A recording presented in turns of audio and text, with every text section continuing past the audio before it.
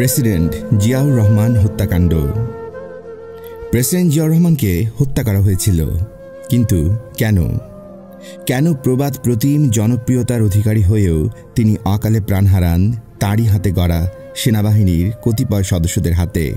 কারা ছিল সেই ঘাতক চক্রের প্রত্যক্ষ এবং পরোক্ষ মদতদানকারী, চক্রান্তের মূল পরিকল্পক?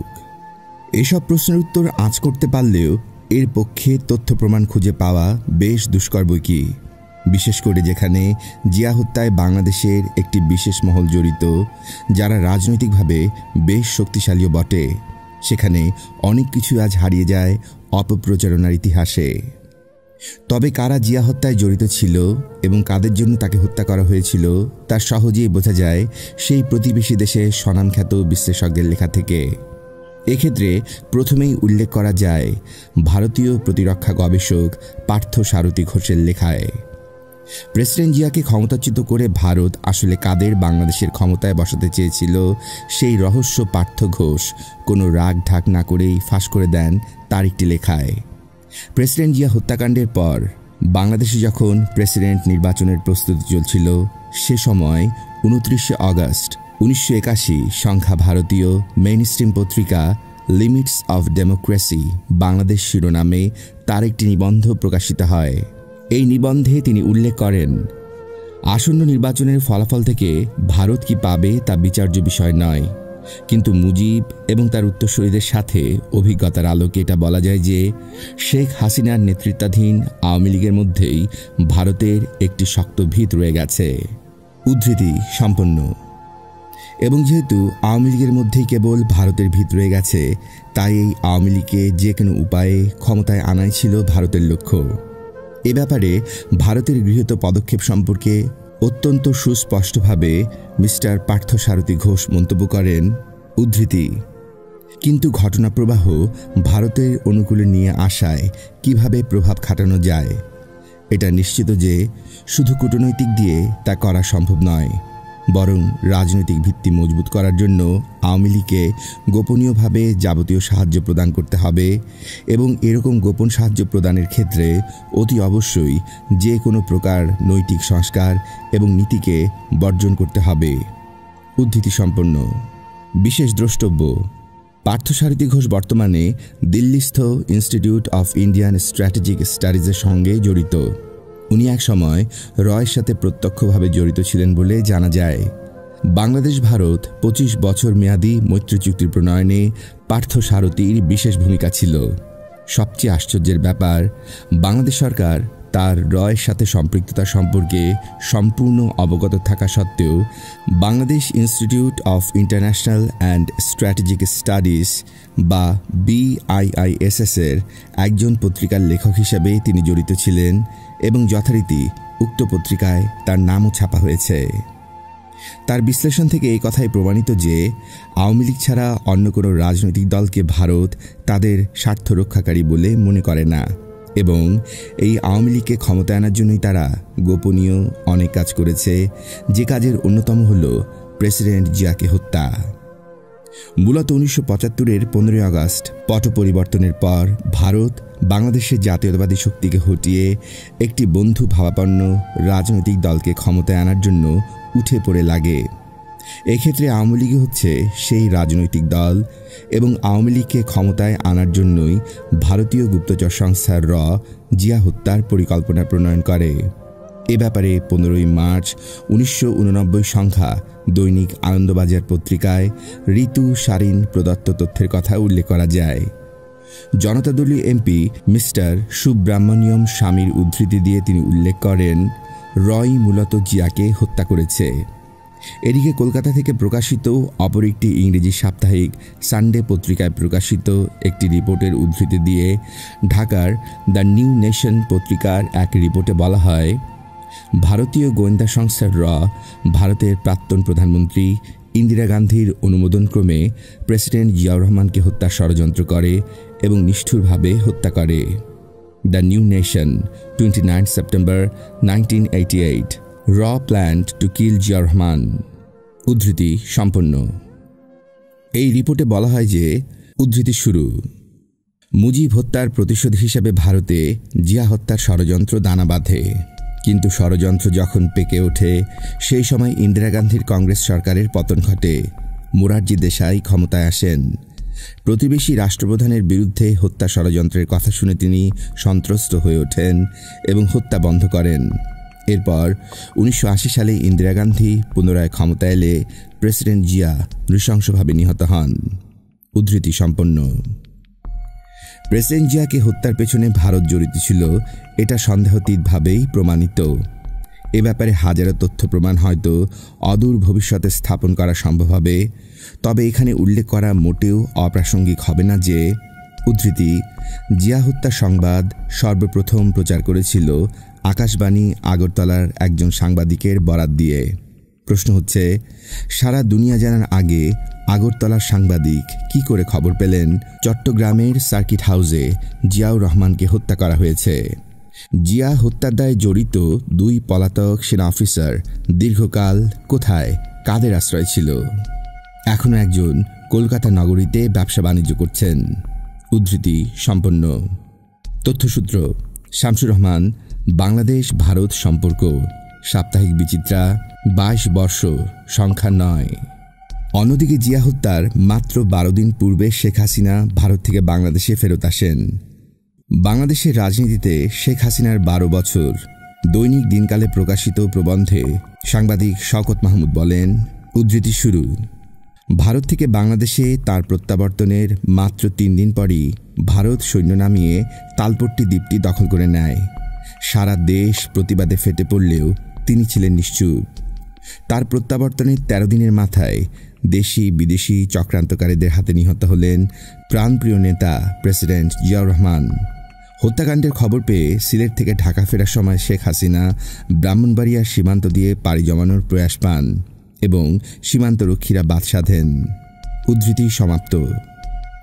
উপরোক্ত তথ্যাবলী ছাড়াও জিয়া হত্যায় ভারতের সংশ্লিষ্টতার পক্ষে যেসব প্রমাণাদি পাওয়া যায় সেগুলো হলো: 1.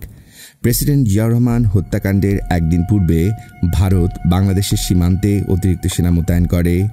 2. জিয়া হত্যার 2 দিন পর 2রা জুন 1981 তারিখে আকাশবাণী পরিবেশিত সকাল 7:55 খবরে বলা হয় যে বাংলাদেশ সীমান্তে ভারতীয় সেনাবাহিনীকে সর্বোচ্চ সতর্কাবস্থায় রাখা হয়েছে। 3.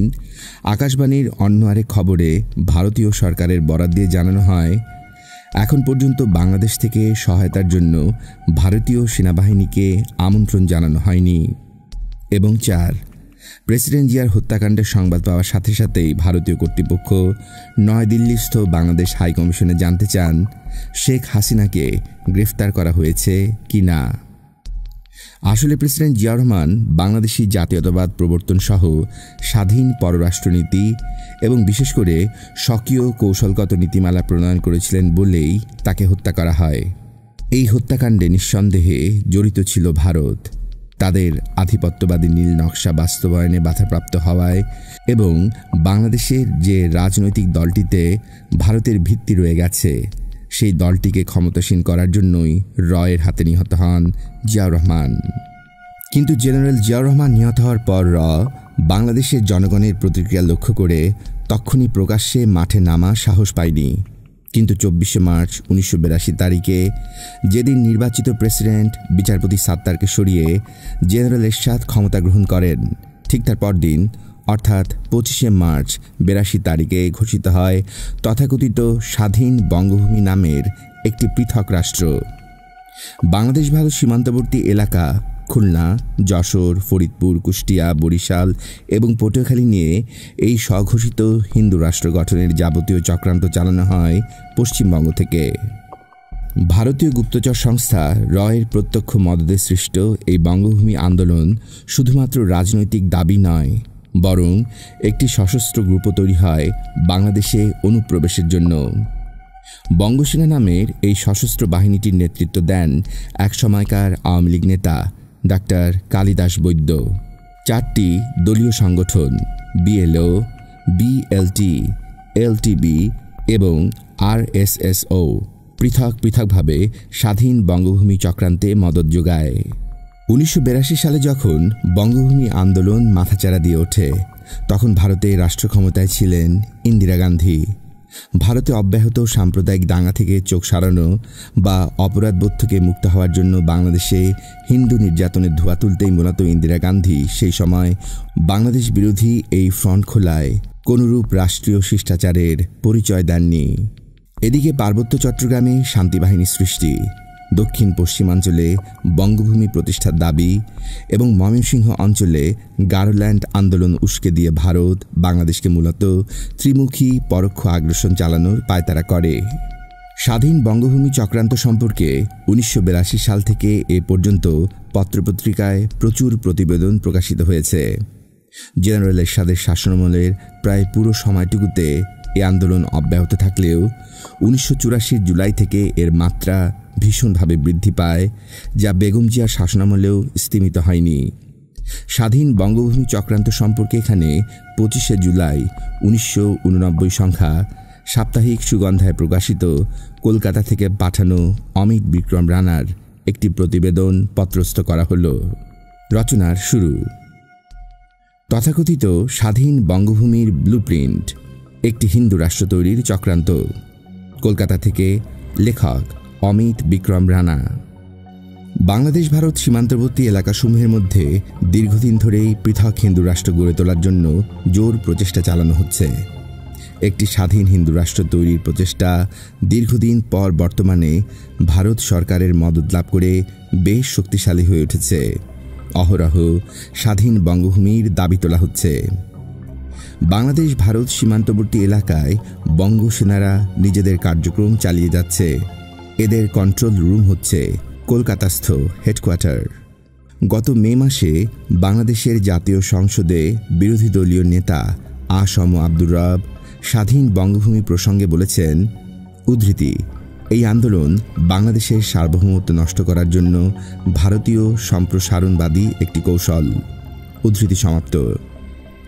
সংসদ অধিবেশনে নিখিল বঙ্গ নাগরিক সংঘের স্বাধীন বঙ্গভূমি ষড়যন্ত্রের ওপর একটি মুলতবি প্রস্তাব বিরোধী দলের পক্ষ থেকে উঠেছিল।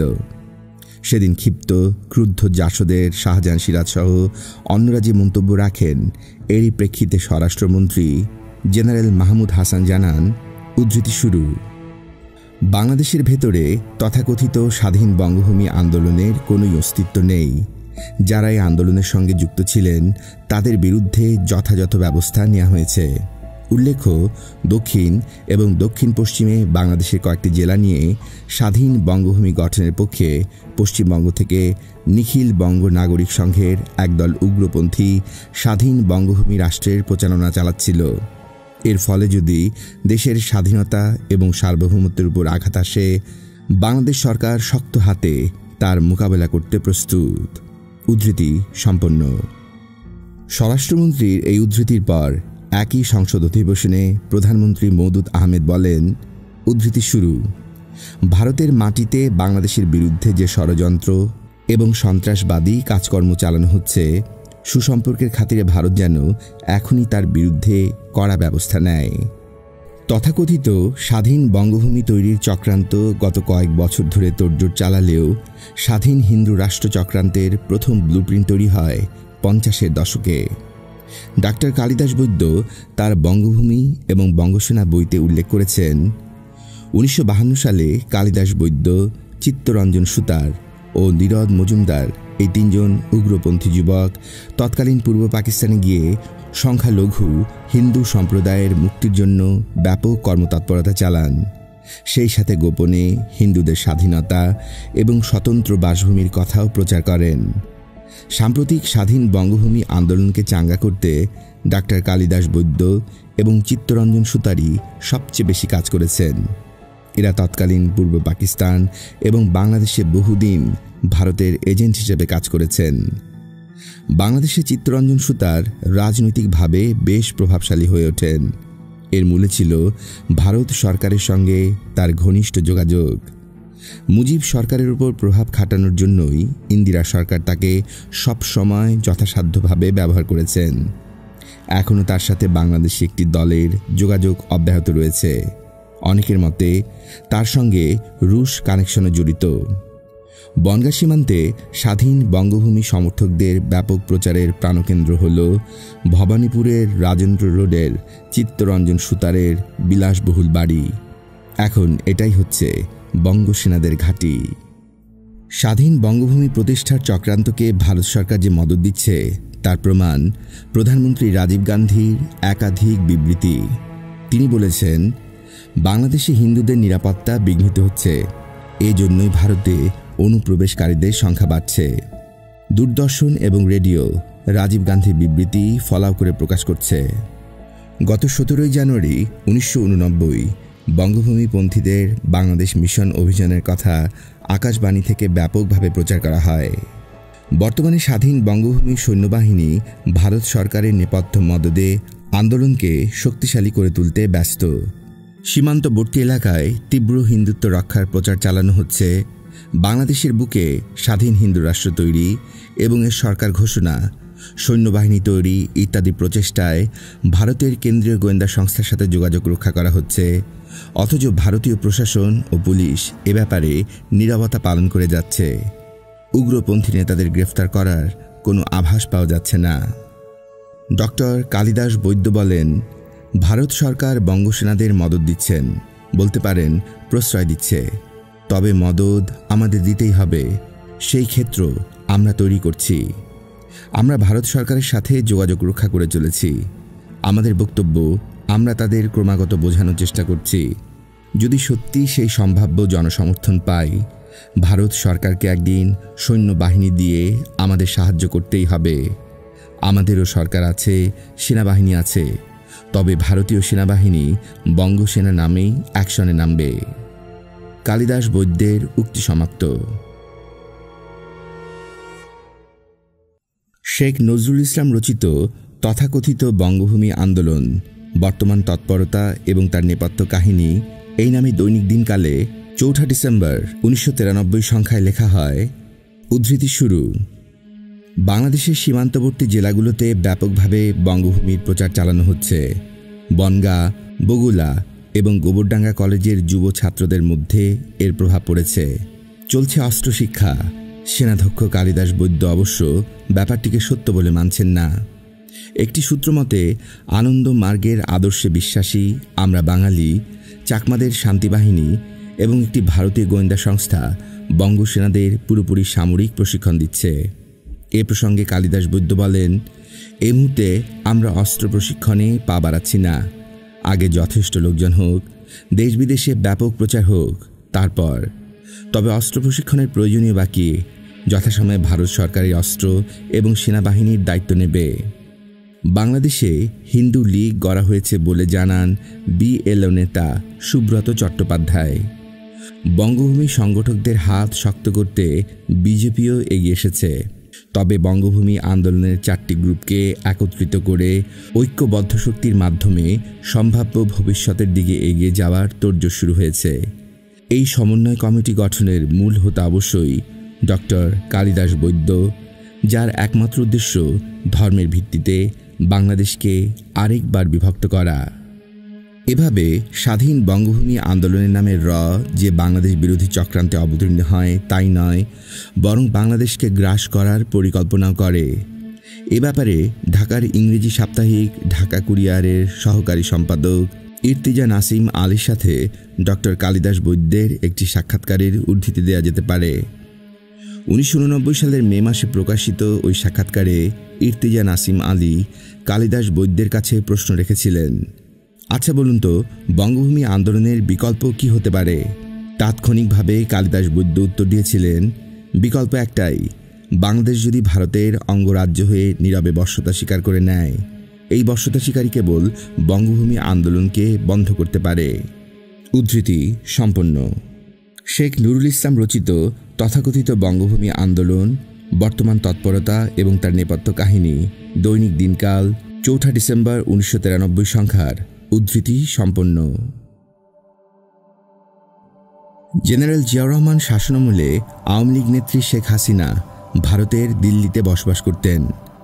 বাংলাদেশে তার ফেরত আসাটা অত্যন্ত স্বাভাবিক একটি ব্যাপার হলেও জিয়া হত্যার মাত্র 12 দিন পূর্বে শেখ হাসিনা ভারত থেকে বাংলাদেশে ফেরত আসেন। ভারত থেকে বাংলাদেশে প্রত্যাবর্তনের মাত্র 3 দিন পরই ভারত সৈন্য নামিয়ে তালপট্টি দ্বীপটি দখল করে নেয়। সারা দেশ প্রতিবাদে ফেটে পড়লেও তিনি ছিলেন নিশ্চুপ। উল্লেখ্য যে তালপট্টি দ্বীপের নৌবহর পাঠানোর আগে 8ই মে 1981 ভারতের লোকসভায় তদানীন্তন পররাষ্ট্রমন্ত্রী নরসিমা রাও, যিনি নিজে 1978 সালের এপ্রিলে বাংলাদেশের সাথে এই সংক্রান্ত চুক্তি অনুমোদন করেছিলেন, তিনি বলেন, দক্ষিণ তালপট্টির নাম নিউমুর দ্বীপ বা পূর্বাশা। এ কথা এখন আর কোনো লুকানো বিষয় নয় যে জেনারেল জিয়াকে হত্যার পর বাংলাদেশের রাষ্ট্র ক্ষমতায় তাদের বিশ্বস্ত একজনকে ক্ষমতায় বসাতে চেয়েছিল। কিন্তু জেনারেল জিয়ার জানা যায় লক্ষ লক্ষ লোকের উপস্থিতি এবং সাধারণ জনগণের আবেগ অনুভূতি লক্ষ্য করে বুঝতে পারে ওই মুহূর্তে বাংলাদেশে বাংলাদেশি জাতীয়তাবাদ ছাড়া ভিন্ন কিছু গ্রহণযোগ্য হবে না।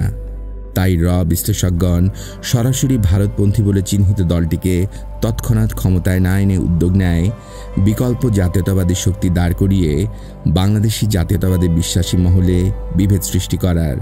এক্ষেত্রে বুঝে হোক না বুঝে হোক অথবা অবচেতনভাবেই হোক, জেনারেল এরশাদের ক্ষমতা গ্রহণ এর এই উদ্দেশ্য সাধনে কিছুটা হলেও ভূমিকা পালন করে।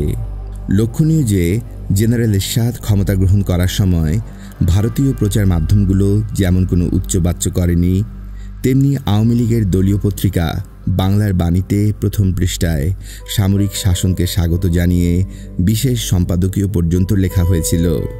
অমানিসার ঘোর কেটে যাক শিরোনামের ওই সম্পাদকীয় এখন ইতিহাসের বিষয় হলেও বাংলাদেশের রাজনৈতিক বিবর্তনের গোপন কার্যক্রমের একটি প্রকাশ্য দলিল হিসেবে চিহ্নিত হয়ে আছে।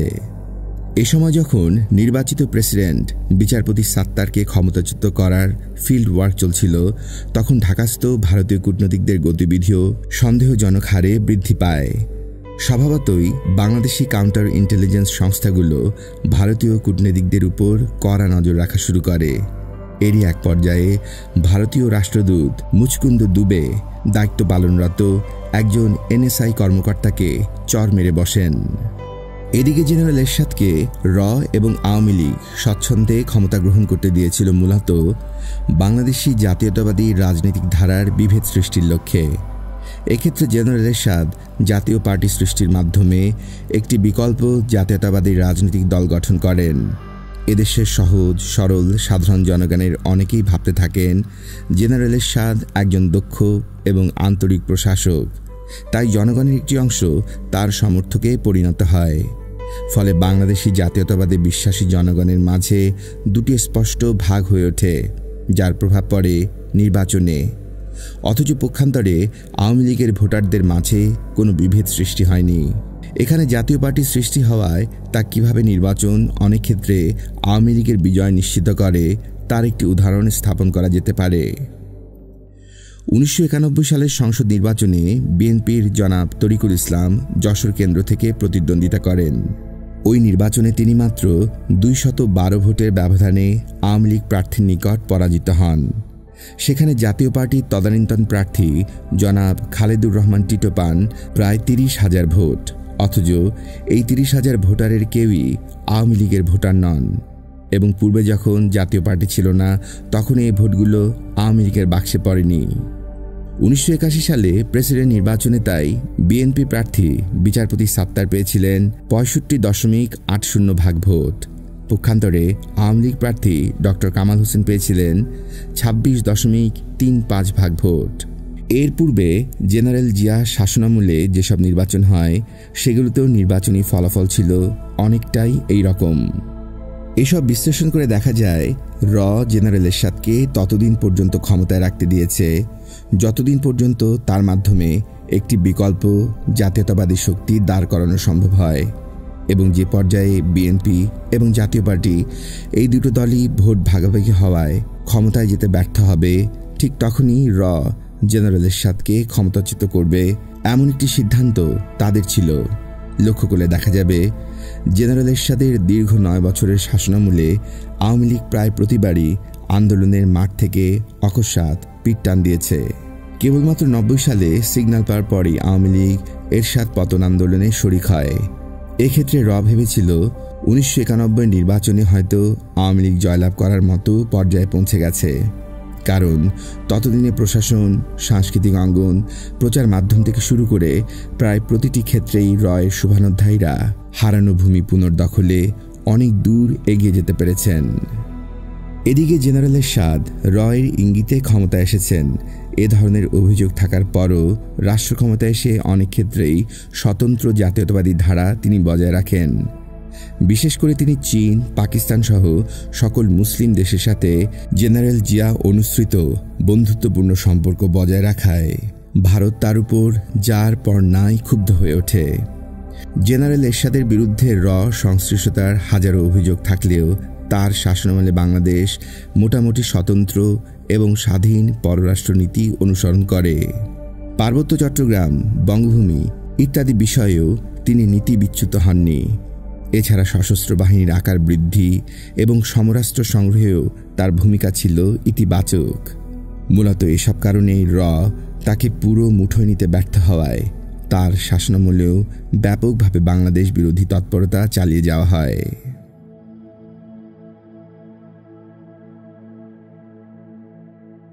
1988 সালে বাংলাদেশ শতাব্দীর ভয়াবহ বন্যায় নিমজ্জিত হয়। সে সময় ফারাক্কা সহ অপরাপর নদীর উজানে দেয়া বাঁধ ভারত খুলে দেয়ায় বন্যার মাত্রা অস্বাভাবিক হারে বৃদ্ধি পায়।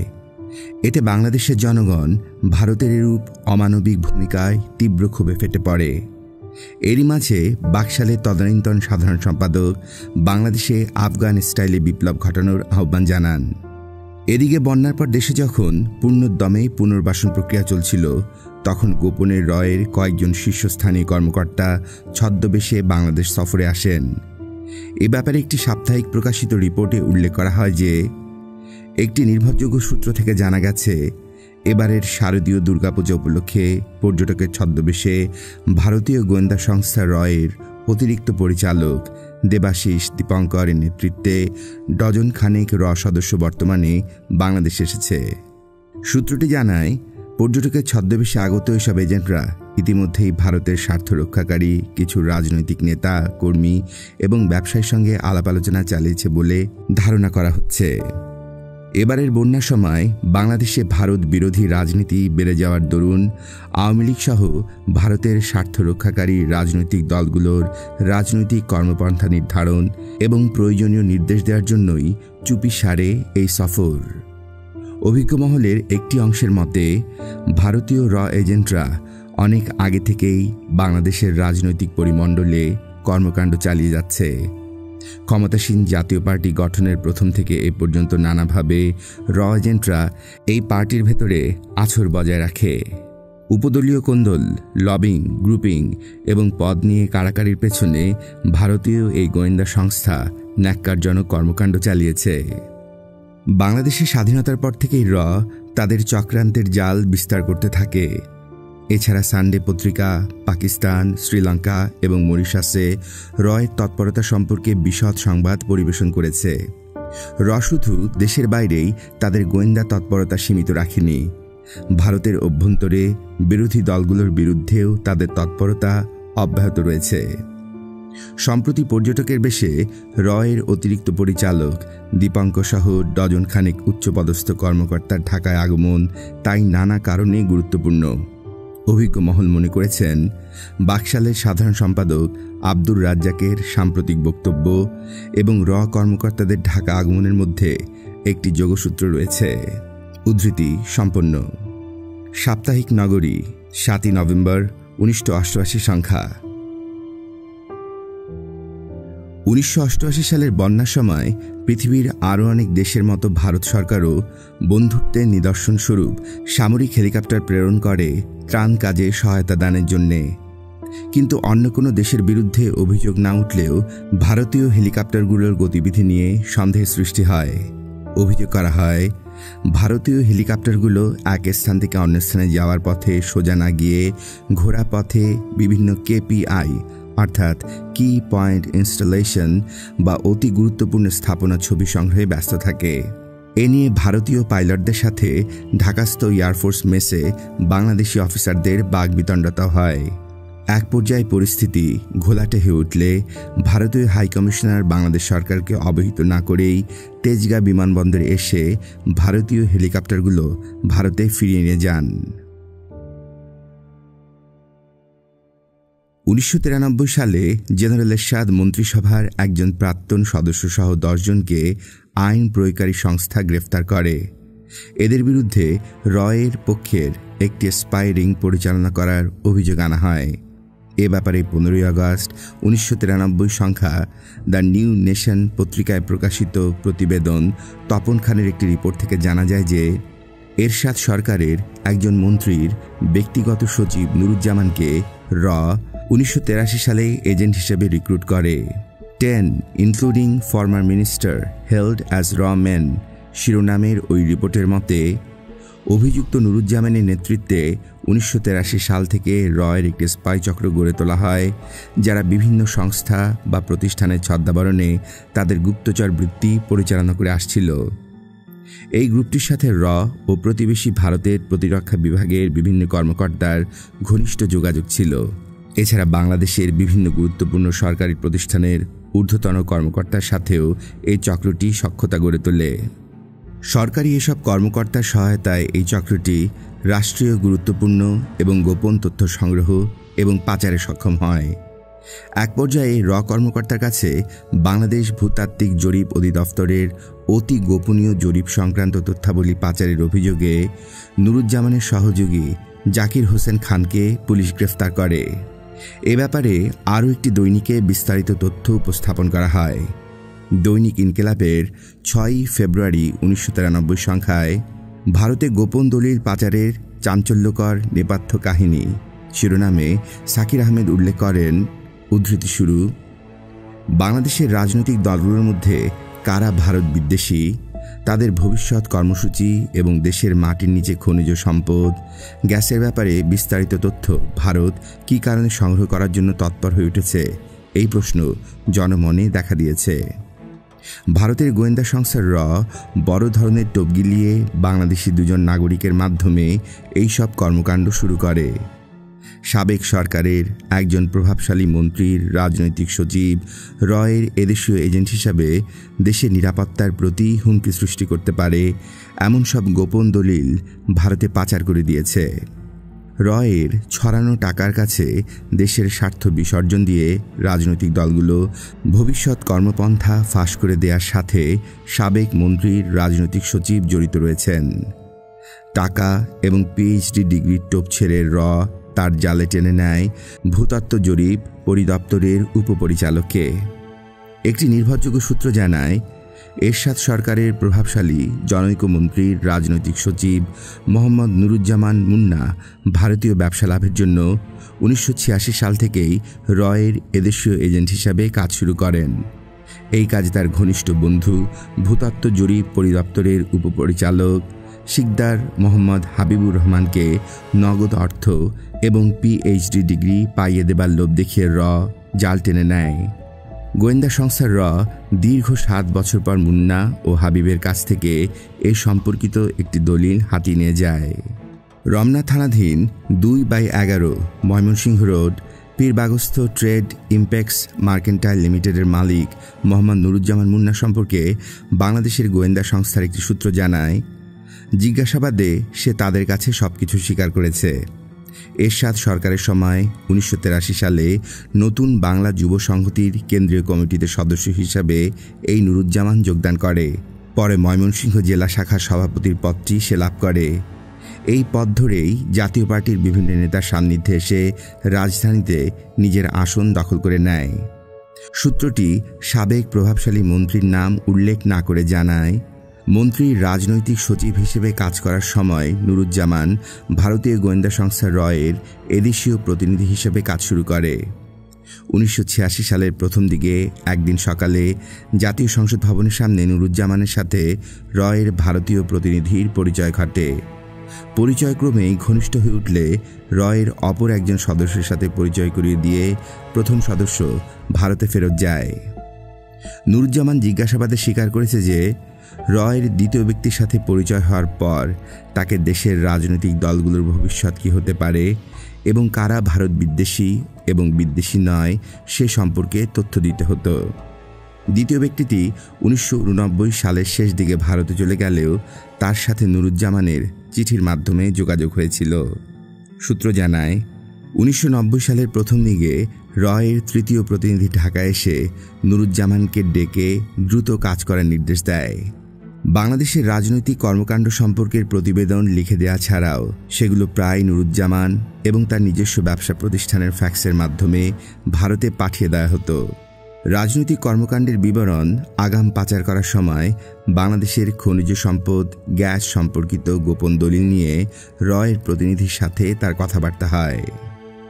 ভারতীয় বড় বড় ব্যবসা পাইয়ে দেওয়ার প্রস্তাব দিয়ে নুরুজ্জামান দলিল পাচার করতে রাজি হয়ে পড়ে। সে এই কাজের জন্য তার ঘনিষ্ঠ বন্ধু এস.এম. হাবিবুর রহমানের সাথে রয়ের প্রতিনিধির পরিচয় করিয়ে দিয়ে বন্ধুকে বিনিময়ে কী দেওয়া হবে জানতে চায়। সূত্র জানায়, জিজ্ঞাসাবাদে নুরুজ্জামান বলেছে তার কথা শুনে হাবিবুরকে নগদ টাকা এবং ভারত থেকে পিএইচডি ডিগ্রি দেওয়ার প্রস্তাব দিলে তারা দলিল পাচারে রাজি হয়। গত বছর হাবিবুর রহমান পরিবার নিয়ে ভারতে যাওয়ার ইচ্ছে প্রকাশ করলে নুরুজ্জামান সব ব্যবস্থা করে দেয়। সেপ্টেম্বর মাসে ভিসা নিয়ে ভারতে গিয়ে 2 মাস পর ফিরে এসেই হাবিবুর রয়ের প্রতিনিধির সাথে বৈঠক করে। বৈঠকটি সন্ধ্যার পর নুরুজ্জামানের ব্যবসা প্রতিষ্ঠানে হয়েছিল। বৈঠকে গ্যাস সম্পর্কিত দলিল পাচারের চূড়ান্ত সিদ্ধান্ত 3 জনই নিয়েছিল। সূত্র জানায়, ডিসেম্বরের দ্বিতীয় সপ্তাহে হাবিবুর রহমান বাংলাদেশে মোট কতটি গ্যাস ফিল্ড রয়েছে, কটি থেকে গ্যাস উত্তোলন করা হচ্ছে এবং গ্যাসের মজুদ কতদিন চলবে তার একটি পরিসংখ্যান 1992 সালের ডিসেম্বর পর্যন্ত নুরুজ্জামানের কাছে পৌঁছে দেয় বলে নুরুজ্জামান স্বীকার করেছে। নুরুজ্জামান জিজ্ঞাসাবাদে আরও বলেছে, তার বন্ধুর দেয়া দেশের গোপন দলিলের ফটোকপি গত মাসের তৃতীয় সপ্তাহের মধ্যবর্তী সময়ে রয়ের প্রতিনিধির কাছে পৌঁছে দিয়েছিল সে। গোপন দলিল পাচারের নিশ্চয়তা দেওয়ার পরই নুরুজ্জামান প্রথম উপহার হিসেবে হিন্দুস্তান ফটো ফিল্মসের বাংলাদেশীয় প্রতিনিধিত্ব লাভ করে। গ্যাস সম্পর্কিত পরিসংখ্যানের ফটোকপি হস্তান্তরের 2 দিন পর রয়ের প্রতিনিধি ওই কাগজ নিয়ে ভারতে চলে যায়। যাবার সময় নুরুজ্জামান এবং হাবিবুরকে বলে যায়, গ্যাস সম্পর্কিত সমুদয় দলিল ছাড়াও কয়লা এবং তেলের ব্যাপারে দলিলপত্র দিতে হবে। কিন্তু বাংলাদেশের গোয়েন্দা সংস্থার তৎপরতার ফলে ভারত থেকে নুরুজ্জামানের বিভিন্ন ব্যবসা পাওয়ার স্বপ্ন এবং তার বন্ধু হাবিবুরকে পিএইচডি ডিগ্রি সহ নগদ অর্থের টোপ ভেস্তে গেছে। সূত্র জানায়, নুরুজ্জামান জিজ্ঞাসাবাদে আরও স্বীকার করেছে যে বেশ কজন রাজনৈতিক ব্যক্তির কাছ থেকে দেশের রাজনৈতিক অবস্থার আগাম খবর সংগ্রহ করে নুরুজ্জামান তার নিজের ফ্যাক্সের মাধ্যমে ভারতে পাচার করেছে। হাবিবুর রহমানকে আদালতে হাজির করার পর আদালত প্রাঙ্গণেই একজন আলোকচিত্র সাংবাদিককে আঘাত করে ক্যামেরা ড্রেনে ফেলে দেবার মতো সে দুঃসাহস দেখিয়েছে। সূত্রমতে এই দুজনের পেছনে কয়েকজন প্রভাবশালী ব্যক্তির নেপথ্য ইন্ধন রয়েছে, আর এই ইন্ধনের ফলে তারা দেশের চরম ক্ষতি করেও সাংবাদিককে পেশাগত দায়িত্ব পালন থেকে বিরত রাখার জন্য হাত উঠানোর মতো দুঃসাহস দেখিয়েছে। পুলিশের স্পেশাল ব্রাঞ্চ, সিটি শাখার অপারেশন স্কোয়াড এবং অন্য 2টি গোয়েন্দা সংস্থা নুরুজ্জামানের জবানবন্দি পর্যালোচনা করে পরবর্তী পদক্ষেপ গ্রহণের চিন্তাভাবনা করেছে। ভারতীয় গোয়েন্দা সংস্থা রয়ের সাথে আতাত করে দলিল পাচারে নুরুজ্জামান এবং হাবিবুরের পেছনে ইন্ধনকারীরা গা ঢাকা দিয়েছে। এদের গ্রেফতার করার জন্য পুলিশ সহ গোয়েন্দা সংস্থার তৎপরতা অব্যাহত রয়েছে বলে সূত্রটি জানায়। উদ্ধৃতি সম্পন্ন। দৈনিক ইনকিলাব, 1 মে 1993।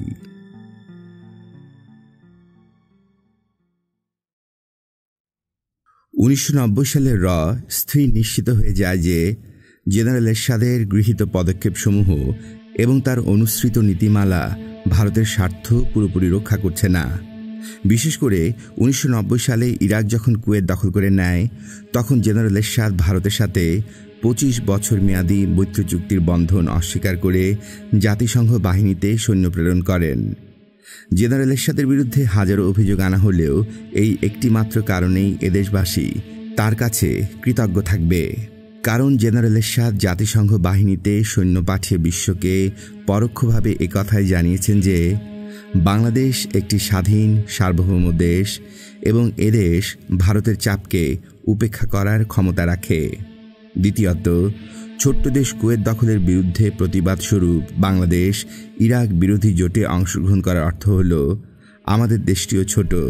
যদি কখনো ভারত একে গ্রাস করতে চায় তাহলে এদেশের জনগণ বিশ্বকে বলতে পারবে, আমরা আগ্রাসনের বিরুদ্ধে সহায়তা করেছি, এখন তোমরা আমাদের পাশে এসে দাঁড়াও।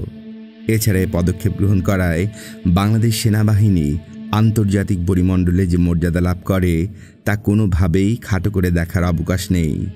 মূলত এই ঘটনায় ভারত তার আধিপত্যবাদী মনোভাব থেকে জেনারেল এরশাদকে ক্ষমতাচ্যুত করার গ্রিন সিগন্যালটি প্রদান করে। যদিও এ ব্যাপারে সুনির্দিষ্ট কোনো তথ্য প্রমাণ উপস্থাপন করা সম্ভব নয়, কিন্তু দু একটি পত্রপত্রিকার রিপোর্ট থেকে জানা যায় যে জেনারেল এরশাদ তার শাসনামলের শেষ দিকে পারমাণবিক ক্ষমতা অর্জনে আগ্রহী হয়ে উঠেছিলেন। এক্ষেত্রে প্রত্যক্ষভাবে পারমাণবিক বোমা বানাতে না পারলেও তিনি পাকিস্তানের কাছ থেকে পারমাণবিক ছত্রছায়া পাওয়ার ব্যাপারে আশাবাদী ছিলেন। এ ব্যাপারে ভারতীয় সানডে পত্রিকায় প্রকাশিত এক রিপোর্টে বলা হয়, উদ্ধৃতি শুরু, মুসলিম দেশগুলো পাকিস্তানের পরমাণু বোমার দিকে আকৃষ্ট হবে। বলা হচ্ছে 4টি দেশ এতে আছে: সৌদি আরব, সংযুক্ত আরব আমিরাত, আফগানিস্তান এবং বাংলাদেশ। এদের সাথে এককভাবে পাকিস্তানের সরাসরি সামরিক সম্পর্ক রয়েছে। সময় ও সুযোগ মতো পাকিস্তান এদের অথবা অন্য কোনো দেশকে পারমাণবিক ছত্রছায়া দিতে পারবে। উদ্ধৃতি সম্পন্ন। দৈনিক ইনকিলাব, 5ই মে 1993 সংখ্যা। এছাড়া 90 দশকের শুরুতেও প্রকাশ্যে এমন কিছু আভাস পাওয়া গিয়েছিল যে জেনারেল এরশাদ হয়তো পাকিস্তানের সহায়তায় পারমাণবিক অস্ত্র সংগ্রহের গোপন চেষ্টা চালিয়ে গেছেন। 90 দশকের শুরুতে উন্নয়ন প্রক্রিয়া, রাজনৈতিক এবং নিরাপত্তা গতিধারা শীর্ষক এক আন্তর্জাতিক সেমিনারে ঢাকা বিশ্ববিদ্যালয়ের আন্তর্জাতিক সম্পর্ক বিভাগের তদানীন্তন চেয়ারম্যান অধ্যাপক মোহাম্মদ শহীদুজ্জামান তার প্রবন্ধে উল্লেখ করেন, উদ্ধৃতি শুরু, বাংলাদেশ ছোট দেশগুলোর আস্থা অর্জন করেছে। সতর্ক ও পরিকল্পিত পদক্ষেপের মাধ্যমে বাংলাদেশ পাকিস্তানের সাহায্য সহায়তায় 1995 সালের মধ্যে পারমাণবিক ক্ষমতা অর্জন করতে পারে। এর মধ্যে ভারতের সঙ্গে মৈত্রী চুক্তির মেয়াদও শেষ হয়ে যাবে। উদ্ধৃতি সম্পন্ন। মেজর রফিকুল ইসলাম পিএসসির লেখা বাংলাদেশ প্রতিরোধের রূপরেখা এবং রণনীতির সন্ধানে, পৃষ্ঠা 25। এদিকে জেনারেল এরশাদ পাকিস্তানের সহায়তায় শুধুমাত্র পারমাণবিক ছত্রছায়া অর্জনের চেষ্টাই করেননি, বরং তিনি 1990 সালের শেষ দিকে পাকিস্তান থেকে 40টি F-6 জঙ্গি বিমান সংগ্রহেও সফল হয়েছিলেন। লক্ষণীয় ব্যাপার হল, যখন বাংলাদেশ ভারতীয় প্রভাবকে নিউট্রালাইজ করার উদ্দেশ্যে পাকিস্তানের সাথে সামরিক সম্পর্ক জোরদার করছিল, ঠিক তখনই ভারতীয় পত্রপত্রিকায় অভিযোগ করা হতে থাকে যে বাংলাদেশে পাকিস্তানি সামরিক অফিসাররা রোহিঙ্গাদের প্রশিক্ষণ প্রদান করেছেন। বিস্ময়ের ব্যাপার হল, তখন ঠিক একই সাথে এইরূপ অভিযোগ করেছিলেন আওয়ামী লীগের কতিপয় নেতানেত্রী। এছাড়া এ সময় থেকেই ভারত প্রথমবারের মতো উত্তর পূর্ব ভারতের স্বাধীনতা আন্দোলনে কথিত সহায়তা প্রদানে ডিজিএফআই এবং আইএসআইয়ের বিরুদ্ধে অভিযোগ উত্থাপন করে। 1990 সালের বাংলাদেশে ব্যাপক পরিকল্পনা নিয়ে এগিয়ে যেতে থাকে। বাংলাদেশে একটি ভারতপন্থী সরকার প্রতিষ্ঠাই ছিল এই পরিকল্পনার মূল উদ্দেশ্য। এ ব্যাপারে সে সময় পত্রপত্রিকাতে বেশ কয়েকটি রিপোর্ট প্রকাশিত হয়। এখানে এরকম দুটি রিপোর্ট পত্রস্থ করা হলো। রাজীব পরবর্তী রয়ের কাণ্ড উপরোক্ত শিরোনামে দৈনিক মিল্লাতের এক প্রতিবেদনে বলা হয়, উদ্ধৃতি শুরু, ভারত বাংলাদেশ 25 বছর চুক্তির অনুবর্তী সরকার গঠনের লক্ষ্যে ভারতীয় গোয়েন্দা সংস্থা বাংলাদেশে স্বল্প এবং দীর্ঘমেয়াদী কর্মসূচি গ্রহণ করেছে। এই লক্ষ্যে তারা বাংলাদেশের রাজনৈতিক অনিশ্চয়তা এবং সংকটকে কাজে লাগিয়ে একটি পুতুল সরকার কায়েম করতে চায় বলে জানা গেছে। প্রাপ্ত তথ্য অনুযায়ী ভারতীয় গোয়েন্দা সংস্থা মনে করে বাংলাদেশে ভারত বিরোধিতা ও ধর্মনিরপেক্ষতা বিরোধের দমন করার জন্য প্রয়োজন মদতপুষ্ট একটি রাজনৈতিক দলের ক্ষমতা গ্রহণ, কারণ এ ধরনের বংশবৎ দলের মাধ্যমেই তারা বাংলাদেশ সেনাবাহিনীকেও নিয়ন্ত্রণে রাখতে সক্ষম হবে। ভারতীয় গোয়েন্দা সংস্থা শুধুমাত্র বাংলাদেশে নয়, বরং সার্কভুক্ত ভারত বিরোধী প্রতিটি দেশেই এই ধরনের কর্মসূচি গ্রহণ করেছে। নেপালে বহুদলীয় গণতান্ত্রিক সরকারের আন্দোলন কার্যতই তাদের বিজয়, কারণ সার্কভুক্ত একমাত্র হিন্দু রাষ্ট্র হওয়া সত্ত্বেও নেপাল ভারত বিরোধিতা অব্যাহত রেখেছিল। এমনকি ভারতীয় কর্তৃপক্ষের কোনো তোয়াক্কা না করেই নেপাল সরকার চীনের সাথে সম্পর্ক উন্নয়নে প্রয়াসী হয়েছিল। নেপালে তাদের এই বিজয়ের পর সংস্থার আশু টার্গেট হচ্ছে বাংলাদেশ। তারা চায় বাংলাদেশ ও ভারত সরকারের মধ্যে বিবদমান বিষয়সমূহ নিয়ে সময়ক্ষেপণ করতে এবং একটি সুবিধাজনক সময়ের অপেক্ষা করতে। এমনকি ভারতের বর্তমান সরকারের একজন মন্ত্রী সম্প্রতি বাংলাদেশের সাথে ভারতের সুসম্পর্কের কথা বলায় ভারতীয় গোয়েন্দা ও আমলারা সেটা সুনজরে দেখেননি। ফলত ভারতের সাথে বাংলাদেশের বিবদমান 3 বিঘা করিডোর, গঙ্গার পানি বন্টন সমস্যা এবং শান্তিবাহিনীর সমস্যার কোনো সমাধান হয়নি এবং কোনো উদ্যোগও ভারতীয় পক্ষ এই কারণে এখনও গ্রহণ করেনি। সমস্যা জিয়ে রাখার জন্য ইতিমধ্যে ভারতীয় পক্ষ নতুন কৌশল গ্রহণ করেছে। গঙ্গার পানি বন্টনের ক্ষেত্রে দিল্লি পশ্চিমবঙ্গকে এই ইস্যুর সাথে যুক্ত করেছে। এ থেকে দৃশ্যত মনে হয়েছে যে পশ্চিমবাংলা যেন একটি আলাদা রাষ্ট্র। এছাড়াও 3 বিঘা সমস্যার সমাধান না করে তারও দীর্ঘায়িত করা হচ্ছে। অন্যদিকে শান্তিবাহিনীর সমস্যার মুখরক্ষা সমাধানের তোড়জোড় দেখালেও বিচ্ছিন্নতাবাদীদের মদত প্রদান অব্যাহত রেখেছে। ইতিমধ্যে রয়ের মদতপুষ্ট বিভিন্ন সূত্রের বরাত দিয়ে ভারতের মুখ চেনা প্রচার মাধ্যমগুলো এই মর্মে প্রচার চালাচ্ছে যে পার্বত্য চট্টগ্রামের অধিবাসীদের তুষ্ট করার জন্য বাংলাদেশের গৃহীত স্বায়ত্তশাসন কর্মসূচি ব্যর্থ হয়েছে। অথচ পার্বত্য চট্টগ্রাম পরিস্থিতি যে একটি ইতিবাচক পরিবর্তনের দিকে ক্রমান্বয়ে এগুচ্ছে তা একাধিক আন্তর্জাতিক পর্যবেক্ষক মহল ইতিমধ্যেই আভাস দিয়েছে। বর্তমানে কাশ্মীর নিয়ে পাকিস্তান ভারতের মধ্যে বিদ্যমান উত্তেজনাকে অন্তর্ঘাতমূলক কৌশল দ্বারা মোকাবেলার জন্য সংস্থাটি পাকিস্তানের সিন্ধু ও বেলুচিস্তানে নতুন করে পরিকল্পনা গ্রহণ করেছে।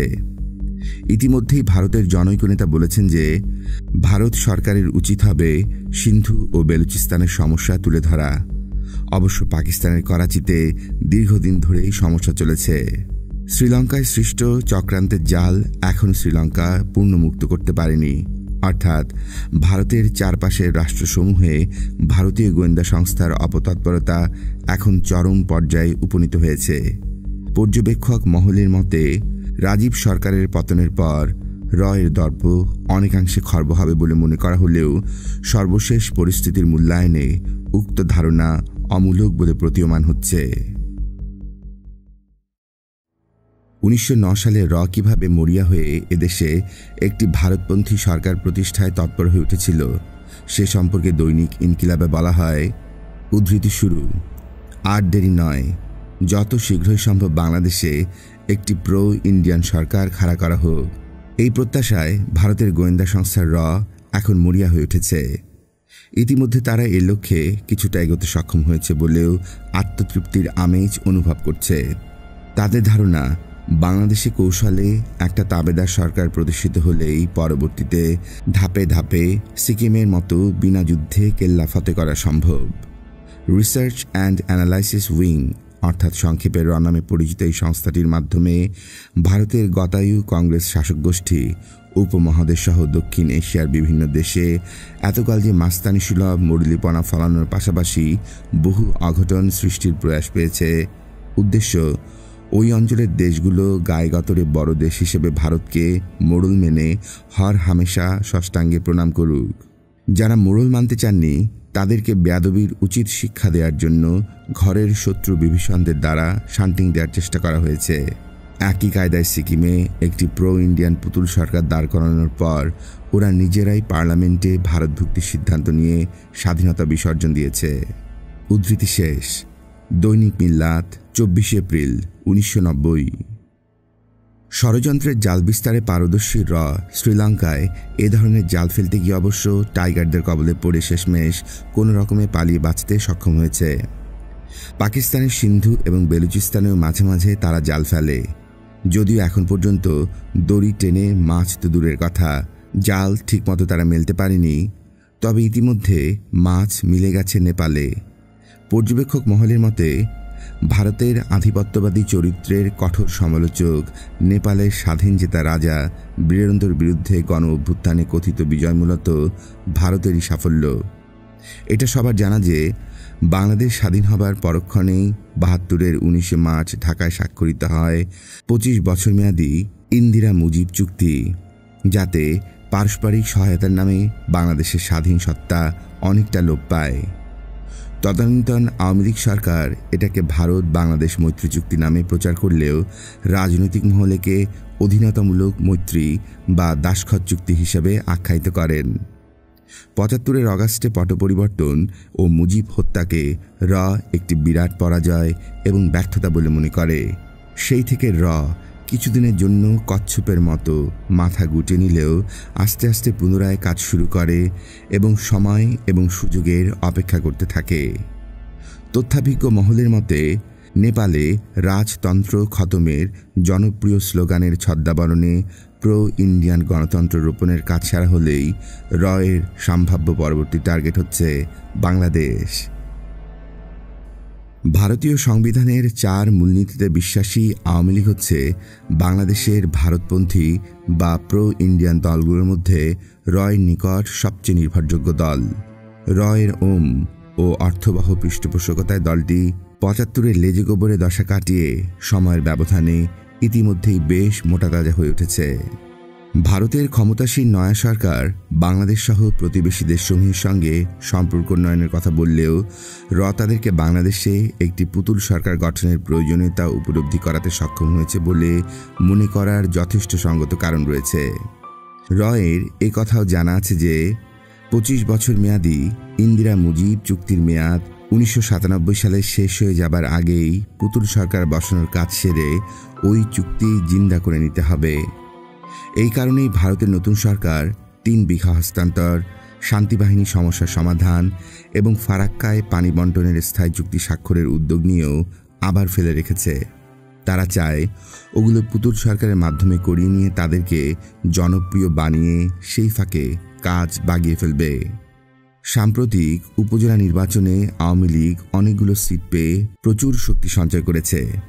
নির্বাচন সম্পর্কে বিএনপির সিদ্ধান্তহীনতা এবং জাতীয় পার্টির অভ্যন্তরীণ কোন্দল এবং এই দলে লুকায়িত আওয়ামী লীগারদের নানাবিধ সহযোগিতা আওয়ামী লীগের জন্য এই সাফল্য বয়ে এনেছে। ফলে আওয়ামী লীগের এখন এই ধারণা জন্মেছে যে আসন্ন সংসদ নির্বাচনে তারা অতি সহজেই ১.৫ শতাধিক আসন পেয়ে যাবে। তাছাড়া সংখ্যালঘু ভোট ও টাকা যে বাংলাদেশের নির্বাচনে বিরাট একটি ফ্যাক্টর, সেটি ওপেন সিক্রেট ব্যাপার। সঙ্গত কারণেই আওয়ামী লীগের জন্য এ দুটো আশীর্বাদ মজুদ রয়েছে। উপজেলা নির্বাচনের পর দেশে মোটামুটি নির্বাচনী পরিবেশ তৈরি হয়ে গেছে। আন্দোলনে বিএনপির লাভ, তাই আওয়ামী লীগ চায় আন্দোলনের পরিবর্তে নির্বাচনী পরিবেশ ধরে রাখতে। দলটির গত বর্ধিত সভায় নির্বাচনের পক্ষে জোরালো মন্তব্য রাখা হয় এবং এ ব্যাপারে একক সিদ্ধান্ত গ্রহণের ক্ষমতা শেখ হাসিনার ওপর অর্পণ করা হয়। এছাড়া সম্প্রতি সিমিটার তেল চুক্তি প্রশ্নে বিপন্ন ডক্টর কামাল হোসেন এবং তার গ্রুপকে বর্ধিত সভায় সহযোগিতার পরিবর্তে একেবারে শুইয়ে দিয়ে নিষ্কণ্টক ব্যবস্থা করা হয়েছে। কারণ ডক্টর কামাল, আব্দুল মান্নান প্রমুখ নেতা আওয়ামী লীগের অভ্যন্তরে এর চক্রান্ত বিরোধী মহল হিসেবে পরিচিত। আসন্ন নির্বাচনের প্রস্তুতি স্বরূপ আওয়ামী লীগ দেশের বিদ্যমান অর্থনৈতিক পরিস্থিতি, সরকার এবং অন্যান্য বিষয়ে কঠোর সমালোচনার জন্য উঠে পড়ে লেগেছে। তাছাড়া ঢাকাস্থ ভারতীয় দূতাবাসও সরকারের স্থিতিশীলতা এবং আইন শৃঙ্খলা প্রশ্নে জনমনে নানাভাবে বিভ্রান্তি ছড়ানোর কৌশল অবলম্বন করেছে বলে জানা গেছে। কয়েক মাস আগে ভারতীয় কূটনৈতিকরা গোপনে মৌলভীবাজার এবং সুনামগঞ্জ গিয়ে কিছু লোকের সঙ্গে রুদ্ধদ্বার বৈঠক এবং রাত্রি যাপন করেন। গত বৃহস্পতিবার রাজশাহীতে ভারতীয় দূতাবাসের একজন কূটনৈতিকের রহস্যজনক তৎপরতার কথা জানা যায়। এদিকে ভারতীয় প্রচার মাধ্যমগুলোতে বাংলাদেশে কল্পিত সংখ্যালঘু নির্যাতনের বানোয়াট খবর অনবরতই প্রচার করা হচ্ছে। পার্বত্য জেলাগুলোতে পরিস্থিতির উন্নয়ন সত্ত্বেও ভারত শান্তি বাহিনীকে প্রশ্রয় দিয়ে অন্তর্ঘাতমূলক কার্যকলাপের ইন্ধন যোগাচ্ছে। এছাড়া কথিত বঙ্গভূমি ষড়যন্ত্র জিয়ে রেখে অন্তর্ঘাতী কার্যকলাপ এবং ব্যাপক অপপ্রচারের নেপথ্যে ইন্ধন জুগিয়ে যাচ্ছে। বাংলাদেশে ভারতীয় ষড়যন্ত্র বাস্তবায়নের লক্ষ্যে অনুকূল ক্ষেত্র সৃষ্টি যে এইসব প্রচার ও কার্যকলাপের মূল উদ্দেশ্য, সেটা সচেতন দেশপ্রেমিক জনগণের বুঝতে মোটেই কষ্ট হবার কথা নয়। ফলে যতই ক্ষেত্র প্রস্তুত করুক, তা দেশের সচেতন জনগণের দুর্জয় প্রতিরোধের মুখে ভেসে যেতে বাধ্য। অতীত ইতিহাস অন্তত তাই প্রমাণ করে। উদ্ধৃতি সম্পন্ন। দৈনিক ইনকিলাব, 5ই আগস্ট 1990। জেনারেল এরশাদ শাসনামলে জাতীয় সংসদের অন্যতম বিরোধী দলীয় সদস্য জাসদের জনাব আসম আব্দুর রব সংসদের ফ্লোরে দাঁড়িয়ে বলেন, বাংলাদেশে ভারতের 60,000 এজেন্ট রয়েছে। সংসদের ফ্লোরে প্রথম এই ধরনের উক্তি বেশ তাৎপর্যপূর্ণ। 1987 সালে ভারতে ঈদের ছুটি কাটাতে গিয়ে শেখ হাসিনা কলকাতা বিমানবন্দরে ভারতীয় সাংবাদিকদের একটি সাক্ষাৎকার প্রদান করেন। সেখানে তিনি বলেন, বাংলাদেশে সাম্প্রদায়িক সম্প্রীতি নেই, সংখ্যালঘুদের উপর অত্যাচার চালানো হচ্ছে। দৈনিক যুগান্তর, কলকাতা, 4 জুন 1987। এছাড়া চাকমাদের সম্পর্কেও তিনি অনুরূপ মন্তব্য করে বলেন, উদ্ধৃতি শুরু, চলছে অত্যাচার, বাধ্য হয়ে চাকমারা আশ্রয় নিচ্ছে ভারতে। উদ্ধৃতি শেষ। দৈনিক আদালত, কলকাতা, 4 জুলাই 1987 সংখ্যা। এছাড়া ওই একই তারিখের ইংরেজি দৈনিক দ্য স্টেটসম্যানেও শেখ হাসিনার কথা সূত্র ধরে এরশাদ অ্যাকিউজড অফ প্রসিকিউশন শিরোনামে একটি রিপোর্ট প্রকাশ করা হয়। শেখ হাসিনার এসব কথিত অভিযোগের বহু পূর্ব থেকে ভারতীয় পত্রপত্রিকায় এই ধরনের রিপোর্ট প্রকাশিত হয়ে আসছিল। কিন্তু বাংলাদেশের একজন প্রভাবশালী নেত্রীর কথায় ভারতের সে অভিযোগ যেন অনেকটাই ভিত্তি পেয়ে যায়। আমরা তো নয়, তোমাদের লোকেরাই বলছে তোমরা সংখ্যালঘুদের ওপর অত্যাচার করছো। এভাবেই যুক্তি দাঁড় করাতে সক্ষম হয় ভারত। যে উদ্দেশ্য নিয়ে সংখ্যালঘু নির্যাতনের প্লট তৈরি করে, আওয়ামী লীগ নেত্রী সে প্লটেরই সপক্ষে এভাবেই দাঁড়িয়ে যান।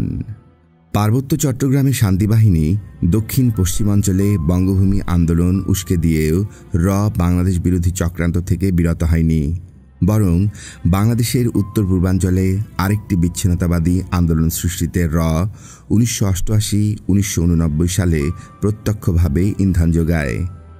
এক্ষেত্রে এর লক্ষ্য ছিল বাংলাদেশকে খণ্ড বিখণ্ড করে দেয়া, অথবা তা করতে ব্যর্থ হলে বাংলাদেশকে অব্যাহত চাপের মুখে রাখা, যাতে সে বাধ্য হয়ে ভারতের কাছে মাথা নোয়ায়।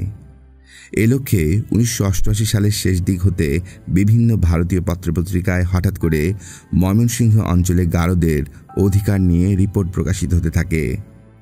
গারো উপজাতীয়দেরকে নিয়ে গারো ল্যান্ড নামে একটি আলাদা রাষ্ট্র গঠন কিংবা স্বায়ত্তশাসন নামে কথিত এই আন্দোলনের উস্কানি দিয়ে সে সময় ভারতীয় পত্রিকায় শুধু রিপোর্টই প্রকাশ নয়, বাংলাদেশের অভ্যন্তরে লিফলেটও ছড়ানো হয়। এদিকে গারোল্যান্ড নিয়ে 7 ফেব্রুয়ারি 1989 তারিখে ভারতের স্টেটসম্যান পত্রিকায়, উদ্ধৃতি শুরু, বাংলাদেশে গারোরা আলাদা আবাসভূমি চায়, এই শীর্ষক একটি রিপোর্ট প্রকাশিত হয়। এস গুরুদেব নামের জনৈক সাংবাদিক উক্ত প্রতিবেদনে উল্লেখ করেন যে, উদ্ধৃতি শুরু, উত্তর ময়মনসিংহের অধিবাসী গারো এবং হাজং, কুচ, বনাই, সাঁওতাল সহ অন্যান্য উপজাতীয়রা তাদের সামাজিক, সাংস্কৃতিক এবং অর্থনৈতিক অধিকার রক্ষার প্রশ্নে একটি আলাদা আবাসভূমি প্রতিষ্ঠার আন্দোলন করে যাচ্ছে। উদ্ধৃতি সম্পন্ন।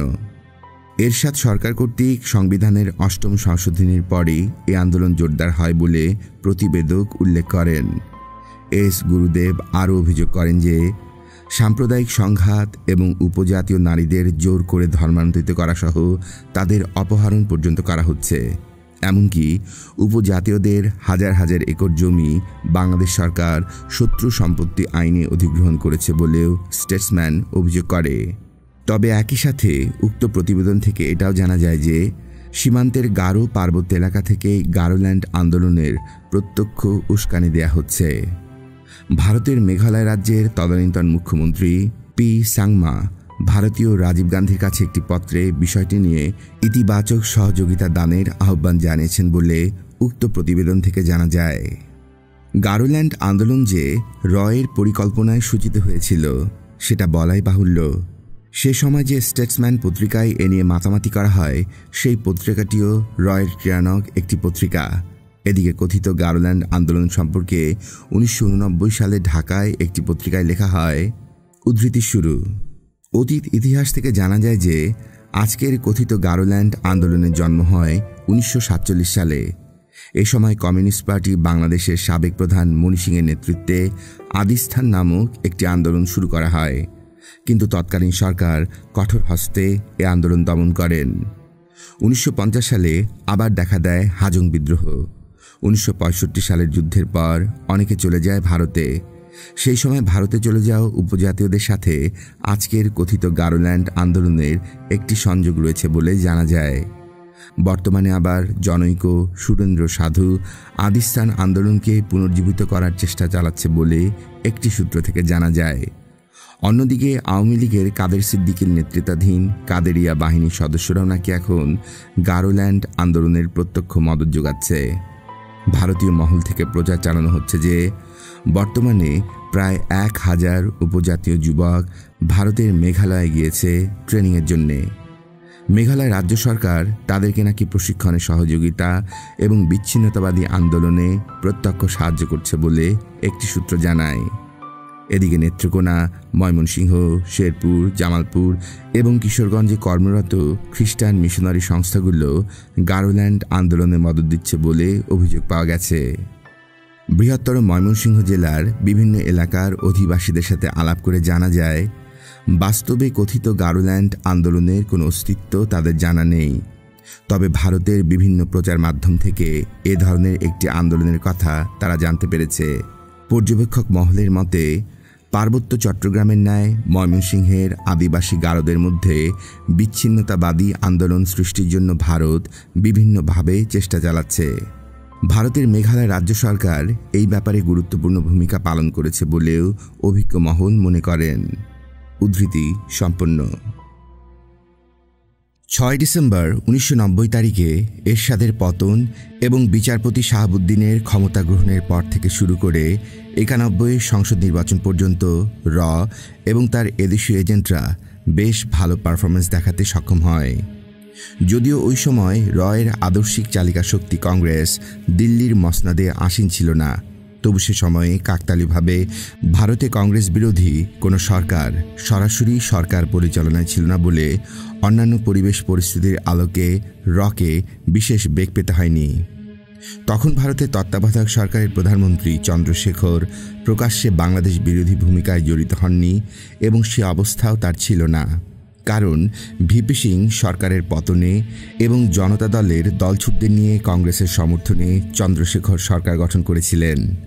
ভিপি সিংয়ের পতন প্রক্রিয়া হতেই ভারতীয় রাজনীতিবিদরা মধ্যবর্তী নির্বাচন নিয়ে দারুণভাবে ব্যস্ত ছিলেন।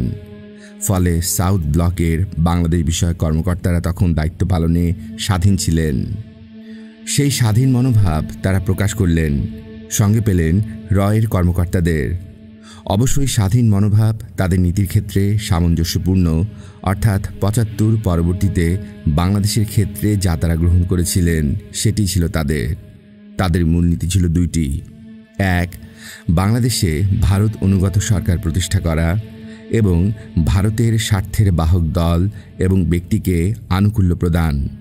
2, প্রথম কৌশল ব্যর্থ হলে বিভিন্ন চাপ এবং প্রভাব বিস্তার করে ক্ষমতাসীন সরকারকে নতজানু করানো, যাতে আর্থিক, রাজনৈতিক এবং পররাষ্ট্রনীতি বাস্তবায়নে বাংলাদেশ ভারতের বাধা না হয়ে দাঁড়ায়।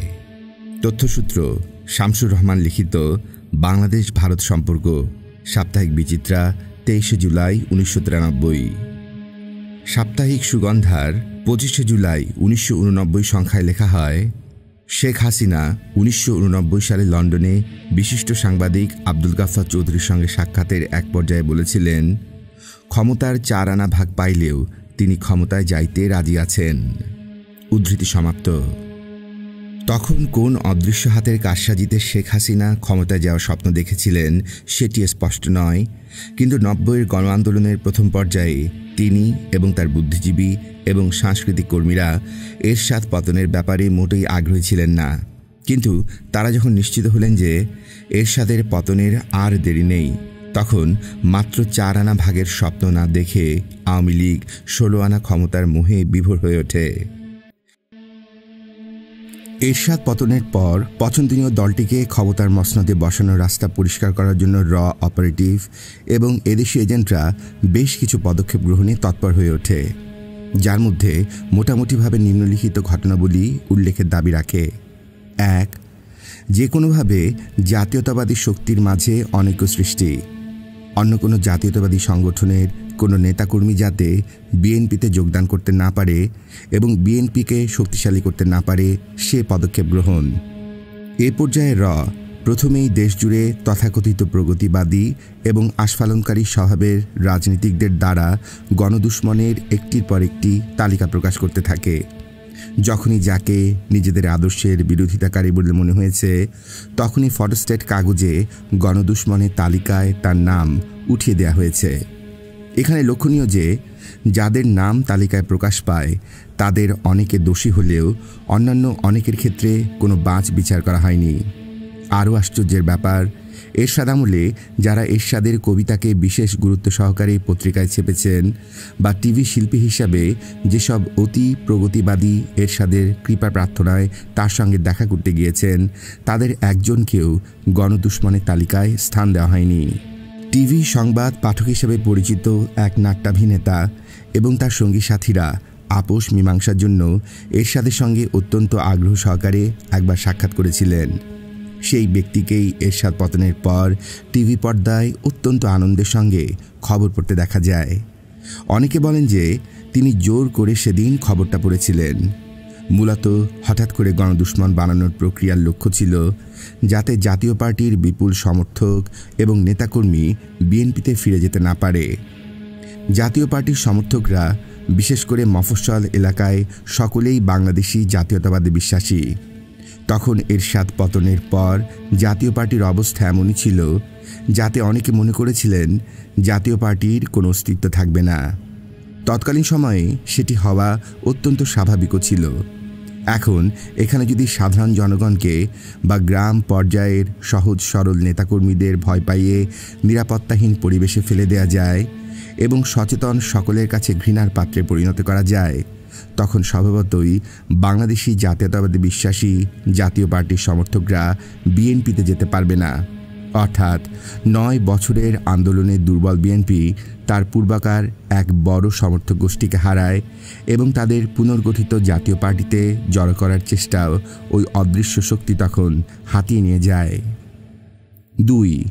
বাঙালি জাতীয়তাবাদী গোষ্ঠীর কর্মীরা আন্দোলনের পরপর এমন একটি পরিবেশ সৃষ্টি করলেন যে সকল পর্যায়ে মনে হতে লাগল তারাই একমাত্র এরশাদকে টেনে নামিয়েছেন।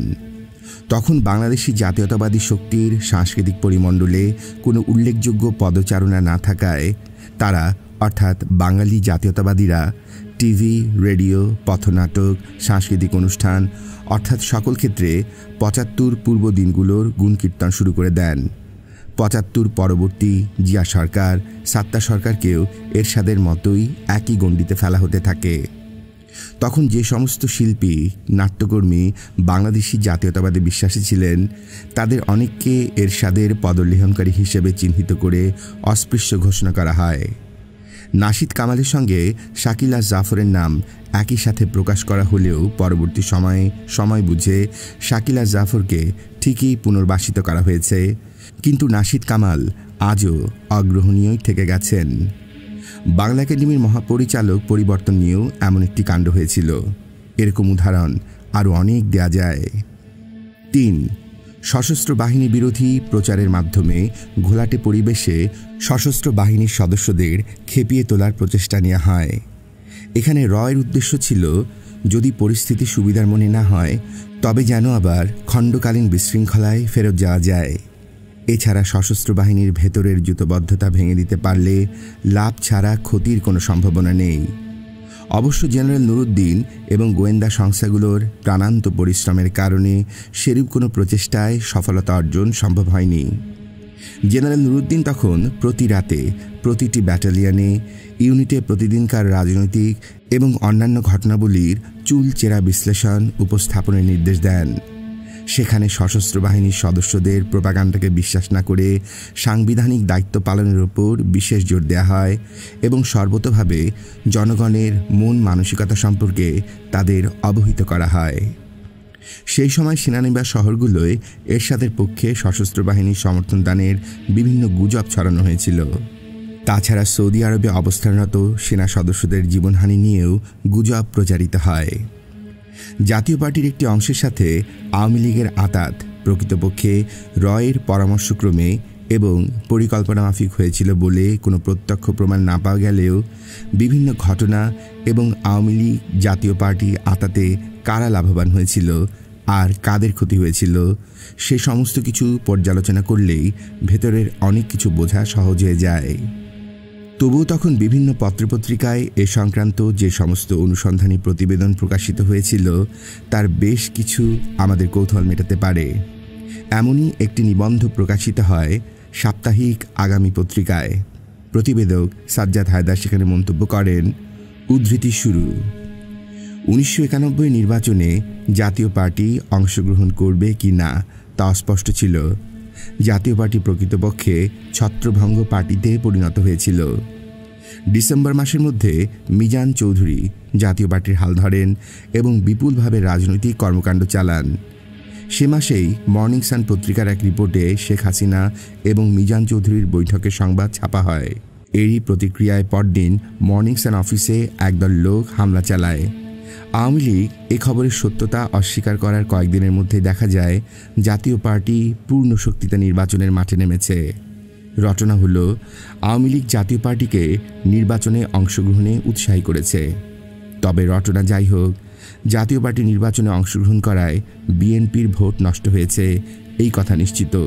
সুবিধা পেয়েছে আওয়ামী লীগ।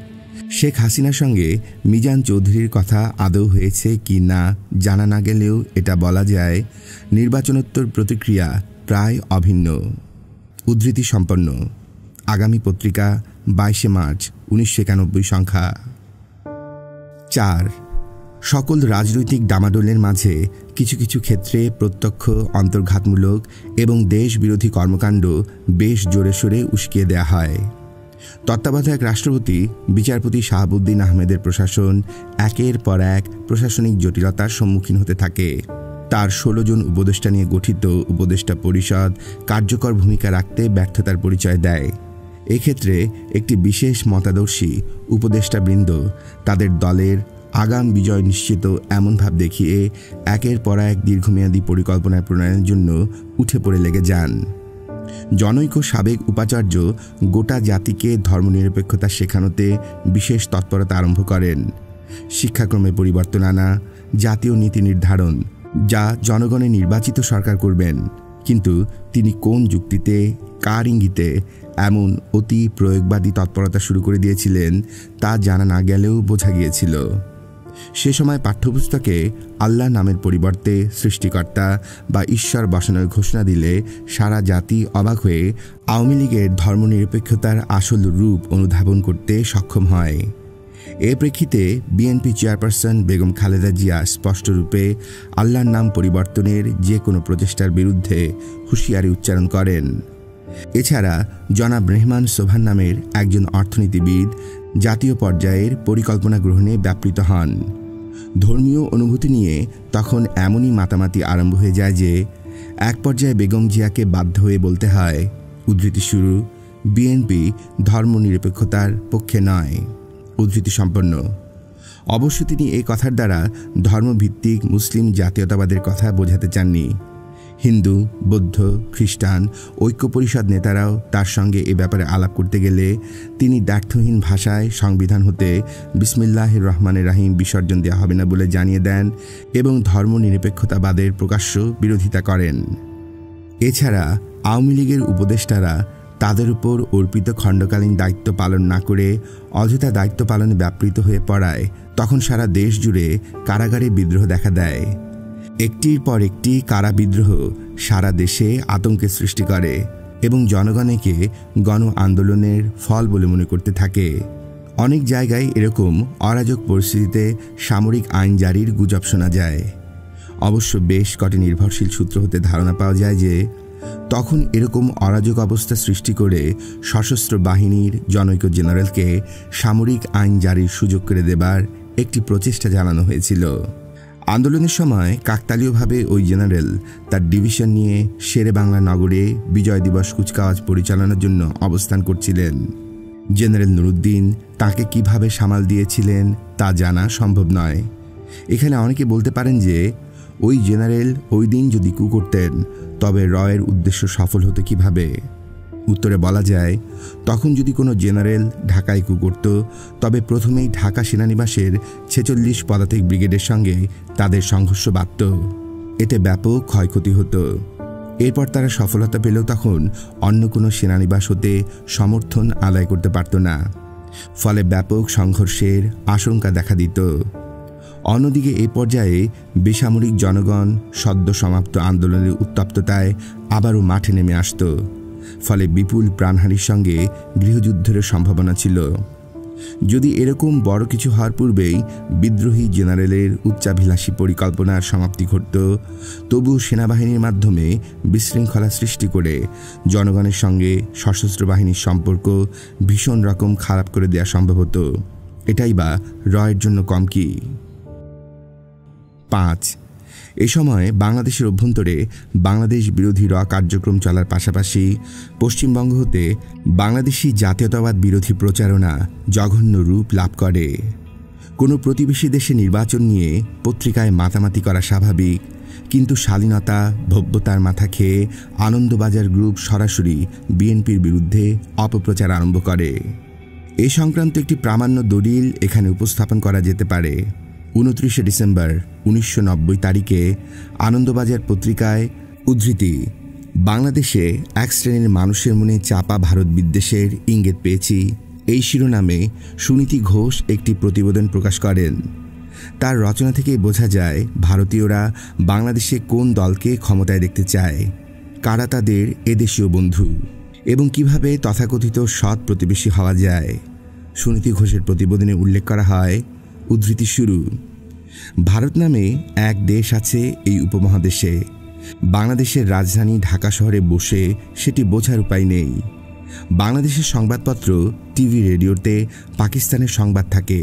সেখানে কোথাও বরফ পড়লে সেটা টিভিতে দেখানো হয়। বিশ্বের তাবৎ মুসলিম রাষ্ট্রের খবরাখবর জানা যায় তাদের প্রচার মাধ্যম থেকে। কিন্তু প্রতিবেশী ভারতে যে টুকরো টুকরো ছবি মাঝে মাঝে প্রকাশিত হয়, সে ভারতের মানুষের প্রধান কাজ দাঙ্গা হাঙ্গামা করা। দাঙ্গা সংবাদ লেখার সময় ভারতের সাংবাদিকরা বৃহত্তর স্বার্থে দাঙ্গাকারীদের সাম্প্রদায়িক পরিচয় গোপন করলেও বিদেশি সংবাদ সংস্থাগুলো এসব আচরণবিধির ধার ধারে না বলে তাদের পরিবেশিত সংবাদ সাধারণ বাংলাদেশিকে ভারত বিরোধী করে তুলতে সাহায্য করে। কেবল সংবাদপত্রই নয়, বাংলাদেশ সরকার প্রকাশিত ইতিহাস পড়লেও বোঝা যায় না ওদেশে মুক্তিযুদ্ধে ভারতবাসীর কোনো অবদান ছিল। বাংলাদেশিদের হয়ে পাকিস্তানি খান সেনাদের বিরুদ্ধে লড়াই করতে গিয়ে 18,000 ভারতীয় জওয়ান প্রাণ দিয়েছেন। বাংলাদেশের যুদ্ধের এবং বাংলাদেশি শরণার্থীদের ব্যয়ভার বহন করতে গিয়ে ভারতের মানুষ প্রায় 6 বছর অতিরিক্ত করের বোঝা বহন করেছেন। সমস্ত আরব দেশ এবং চীন যখন মুখ ফিরিয়ে নিয়েছিল, তখন স্বীকৃতি দিয়ে স্বাধীন বাংলাদেশকে বিশ্বের দরবারে প্রতিষ্ঠিত করেছে ভারত। এসব কথা বাংলাদেশের কোনো বই পড়লে বোঝা যায় না। গত 16 ডিসেম্বর বিজয় দিবসে যখন ঘটা করে সারা বাংলাদেশে জাতীয় শহীদদের প্রতি শ্রদ্ধা জানানো হয়েছে, তখন মুহূর্তের জন্য কেউ একবারও ভারতীয় জওয়ানদের কথা মনে করেননি। রাজনীতিকদের অভিধানে যে কৃতজ্ঞতা বলে কোনো শব্দ নেই, তা বাংলাদেশের রাজনীতিকদের সঙ্গে কথা বললেই বোঝা যায়। একমাত্র শেখ হাসিনা এবং আওয়ামী লীগের প্রবীণ কিছু নেতা ছাড়া আর কেউ বাংলাদেশের মুক্তিযুদ্ধে ভারতের অবদানের কথা ভুলেও স্বীকার করেন না। যতবার আমি বাংলাদেশে গিয়েছি, সাধারণ মানুষের সৌজন্যবোধ এবং অতিথি পরায়ণতায় মুগ্ধ হয়েছি। সঙ্গে সঙ্গে এক শ্রেণীর মানুষের মধ্যে ভারত সম্পর্কে বিদ্বেষের অন্তঃসলীলা ধারা লক্ষ্য না করে পারিনি। সন্দেহ নেই, এই মনোভাব সৃষ্টির জন্য বিএনপি এবং মৌলবাদী কিছু রাজনৈতিক ও সামাজিক শক্তি এবং কিছু কিছু তথাকথিত বুদ্ধিজীবী ভারত বিরোধিতাকে, যারা আত্মপ্রতিষ্ঠার প্রধান উপজীব্য বলে গ্রহণ করেছেন, তারাই দায়ী। আরও লক্ষ্য করেছি তথাকথিত ভারত নিরপেক্ষতার কৃত্রিমতা। একই বুরুষে সবাইকে বশীলিপ্ত করা অনুচিত হলেও একটি কথা স্পষ্টাপুষ্টি বলা প্রয়োজন যে বাংলাদেশের রাজনীতি ও বুদ্ধিজীবীদের ধর্মনিরপেক্ষতা এক প্রকার লোক দেখানো ব্যাপার। এ কথা সত্য বিসমিল্লাহির রহমানির রহিমকে শিরে ধার্য করে এবং ইসলামকে রাষ্ট্রধর্ম বলে ঘোষণা করে বাংলাদেশের যে সংবিধান গণতান্ত্রিক পদ্ধতিতে সমাজতান্ত্রিক সমাজ প্রতিষ্ঠায় অঙ্গীকারকৃত, সে সংবিধান নিয়ন্ত্রিত দেশে ধর্মনিরপেক্ষতা আশা করা যায় না। এদেশে প্রায়ত জিয়াউর রহমান এবং এরশাদ তাদের রাজনৈতিক স্বার্থে এ কাজ করলেও এর প্রতিবাদে বাংলাদেশি বুদ্ধিজীবীরা খুব একটা সরব ছিলেন বলে শোনা যায়নি। তাদের গণতান্ত্রিক আকুতিতে কোনো খাদ না থাকলেও ধর্মনিরপেক্ষতায় বিশ্বাস যে অনেক কৃত্রিম, তাও দেশের সংখ্যালঘু হিন্দুদের অবস্থা দেখলেই উপলব্ধি করা যায়। গত কবছরে এই উপমহাদেশে মুসলমান প্রধান দেশগুলোর রাজনৈতিক চরিত্র দেখে আজ আমি জোরের সঙ্গে বলতে পারি, পাকিস্তান এবং বাংলাদেশের সংখ্যালঘুদের অবস্থার সঙ্গে ভারতের সংখ্যালঘু মুসলমানদের অবস্থা কোনো মতেই তুলনীয় নয়। ভারতের সংখ্যালঘুরা আজ সর্ব অর্থে ভারতবাসী। তারা তাদের অধিকার সম্পর্কে সম্পূর্ণ সচেতন এবং সে অধিকার অর্জনে তারা সরব এবং সক্রিয়। কোনো কোনো মহলের এটা পছন্দ না হলেও সাধারণভাবে ভারতের মানুষ এই পরিস্থিতিকে স্বাগত জানান। হিন্দুদের সহনশীলতার কোষ্ঠী পাথরে ভারতের নিরপেক্ষতা নিয়ে প্রশ্নের অবকাশ নেই। জাতি এবং সাম্প্রদায়িক দাঙ্গা অবশ্যই নিন্দনীয়, কিন্তু এই দাঙ্গা হাঙ্গামা আজ আর একতরফা ব্যাপার নয়। নিন্দনীয় হলেও এটাই ভারতীয় ধর্মনিরপেক্ষতার অন্তর্হিত শক্তির পরোক্ষ প্রমাণ। উত্তর ভারত সাম্প্রদায়িক অশান্তির প্রধান কেন্দ্র হলেও সেখানকার মুসলমানদের কিন্তু হিন্দুদের মতো ধুতি পরে চলতে হয় না, অথবা সর্বদাই উৎকণ্ঠার সঙ্গে বসবাস করতে হয় না। বাংলাদেশের অবস্থা কিন্তু তা নয়। পরিস্থিতির চাপে বাংলাদেশি হিন্দুরা ধুতি পরা ছেড়ে দিয়েছেন অনেক আগেই। ঢাকেশ্বরী কালীবাড়ি প্রাঙ্গণেও যখন হিন্দুরা লুঙ্গি পরে চলাফেরা করেন, তখন বুঝতে বেগ পেতে হয় না সংখ্যালঘুরা কি মানসিকতা নিয়ে বাংলাদেশে বাস করছেন। বাংলাদেশি হিন্দুরা পাকিস্তান আমলেই জলকে জল বলতে ভুলে গেছেন। স্বাধীন বাংলাদেশেও তারা পানির মধ্যেই জলের আস্বাদ পান। হিন্দু মেয়েরা খুব একটা বাইরে বের হন না। কোথাও কোনো গোলমাল হলেই হিন্দুদের স্ত্রীরা তাদের শাখা খুলে রাখেন, সিঁথির সিঁদুর মুছে ফেলেন। স্কুল কলেজে হিন্দু ছেলে মেয়ে নানা প্রকার অসুবিধার সম্মুখীন হয়। পথ দিয়ে গেলে মন্তব্য শুনতে হয়, ওই মালাউনের বাচ্চা যাচ্ছে। যাদের সঙ্গতি আছে তারা বাংলাদেশ ছাড়তে প্রস্তুত, যাদের সে অবস্থা নেই তারা নিছক বেঁচে থাকার জন্য ধর্মান্তরিত হতে রাজি। সাম্প্রতিক সফরকালে এবং এর আগেও নির্ভরযোগ্য সূত্র থেকে জানতে পেরেছি, বাংলাদেশ স্বাধীন হওয়ার পরেও বেশ কিছু হিন্দু ইসলাম ধর্মগ্রহণ করেছেন। বাংলাদেশের মুক্তিযুদ্ধে বেশ কিছু হিন্দু নেতা ত্যাগ স্বীকার করলেও ওদেশের রাজনীতিতে তারা আজ এক প্রকার অপাংতেয়। নিরাপত্তার স্বার্থে এবং পুলিশের হয়রানির ভয়ে বাংলাদেশের হিন্দুরা ভারতীয় সাংবাদিকদের এড়িয়ে চলায় শ্রেয় বিবেচনা করেন।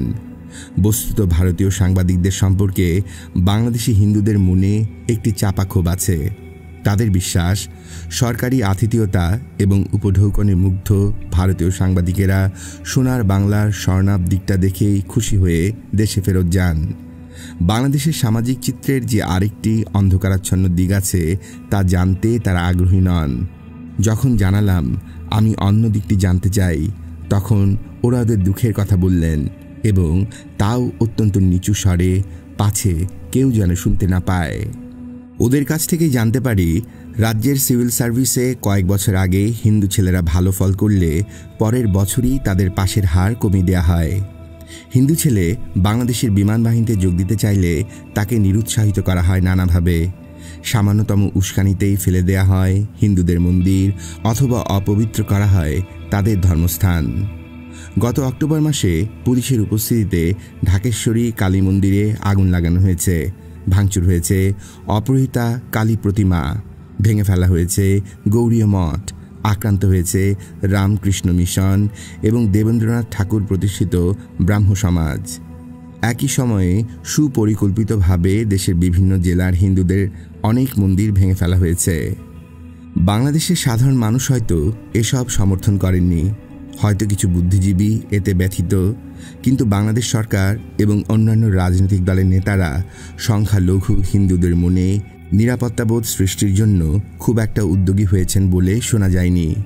হিন্দুরা যে রাজনৈতিক দলকে নিজেদের বলে মনে করেন, সে আওয়ামী লীগের নেতারা আনুষ্ঠানিক বিবৃতি দেওয়া ছাড়া আর কিছু করেননি। ভারত বিরোধী বিএনপি নেতারা এসবের জন্য এরশাদকে দায়ী করে নিজেদের দায়মুক্ত করেছেন। বরং মৌলবাদী জামাতের নেতাদের অবস্থান ছিল সংখ্যালঘুদের কাছে অনেক উৎসাহজনক। তারা অযোধ্যার ঘটনার জন্য হিন্দুদের ওপর বদলার বিরোধিতা করেছেন। বলেছেন, ভারতে হিন্দুরা মুসলমানদের আক্রমণ করতে পারে, কিন্তু বাংলাদেশে হিন্দুরা তো মুসলমানদের আক্রমণ করেনি, তাহলে হিন্দুদের ওপর এই প্রতিশোধ নেওয়া কেন? এ ধরনের ইতিবাচক কোনো কথা কিন্তু শেখ হাসিনা বা বেগম খালেদা জিয়া বলেননি। উত্তর ও পশ্চিম ভারতের বিভিন্ন অঞ্চলে সম্প্রতি যে দাঙ্গা হাঙ্গামা হয়ে গেল, তাতে প্রতিটি ধর্মনিরপেক্ষ মানুষ লজ্জিত। কেন্দ্র এবং সংশ্লিষ্ট রাজ্য সরকারগুলোর উচিত প্রত্যেকটি দাঙ্গা অন্তর্তদন্ত করা এবং দোষীদের সমুচিত শাস্তি দেয়া।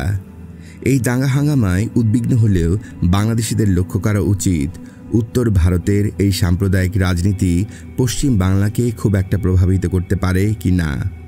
পশ্চিম বাংলা বা ত্রিপুরাতে কোনো সাম্প্রদায়িক ঘটনা ঘটলে বাংলাদেশে তার তাৎক্ষণিক প্রতিক্রিয়া হয়তো স্বাভাবিক, কিন্তু উত্তর ভারতের সাম্প্রদায়িক দাঙ্গার প্রতিক্রিয়া বাংলাদেশে হওয়ার কোনো সঙ্গত কারণ থাকতে পারে না। অথচ এই ব্যাপারটি এবার ঘটেছে বাংলাদেশে। বাংলাদেশের রাজনীতিবিদদের মানসিকতার আরেকটি লক্ষণীয় দিক, দুই বাংলার মধ্যে সমস্যাগুলোকে ভারত বনাম বাংলাদেশ এই পটভূমিকায় দেখার চেষ্টা।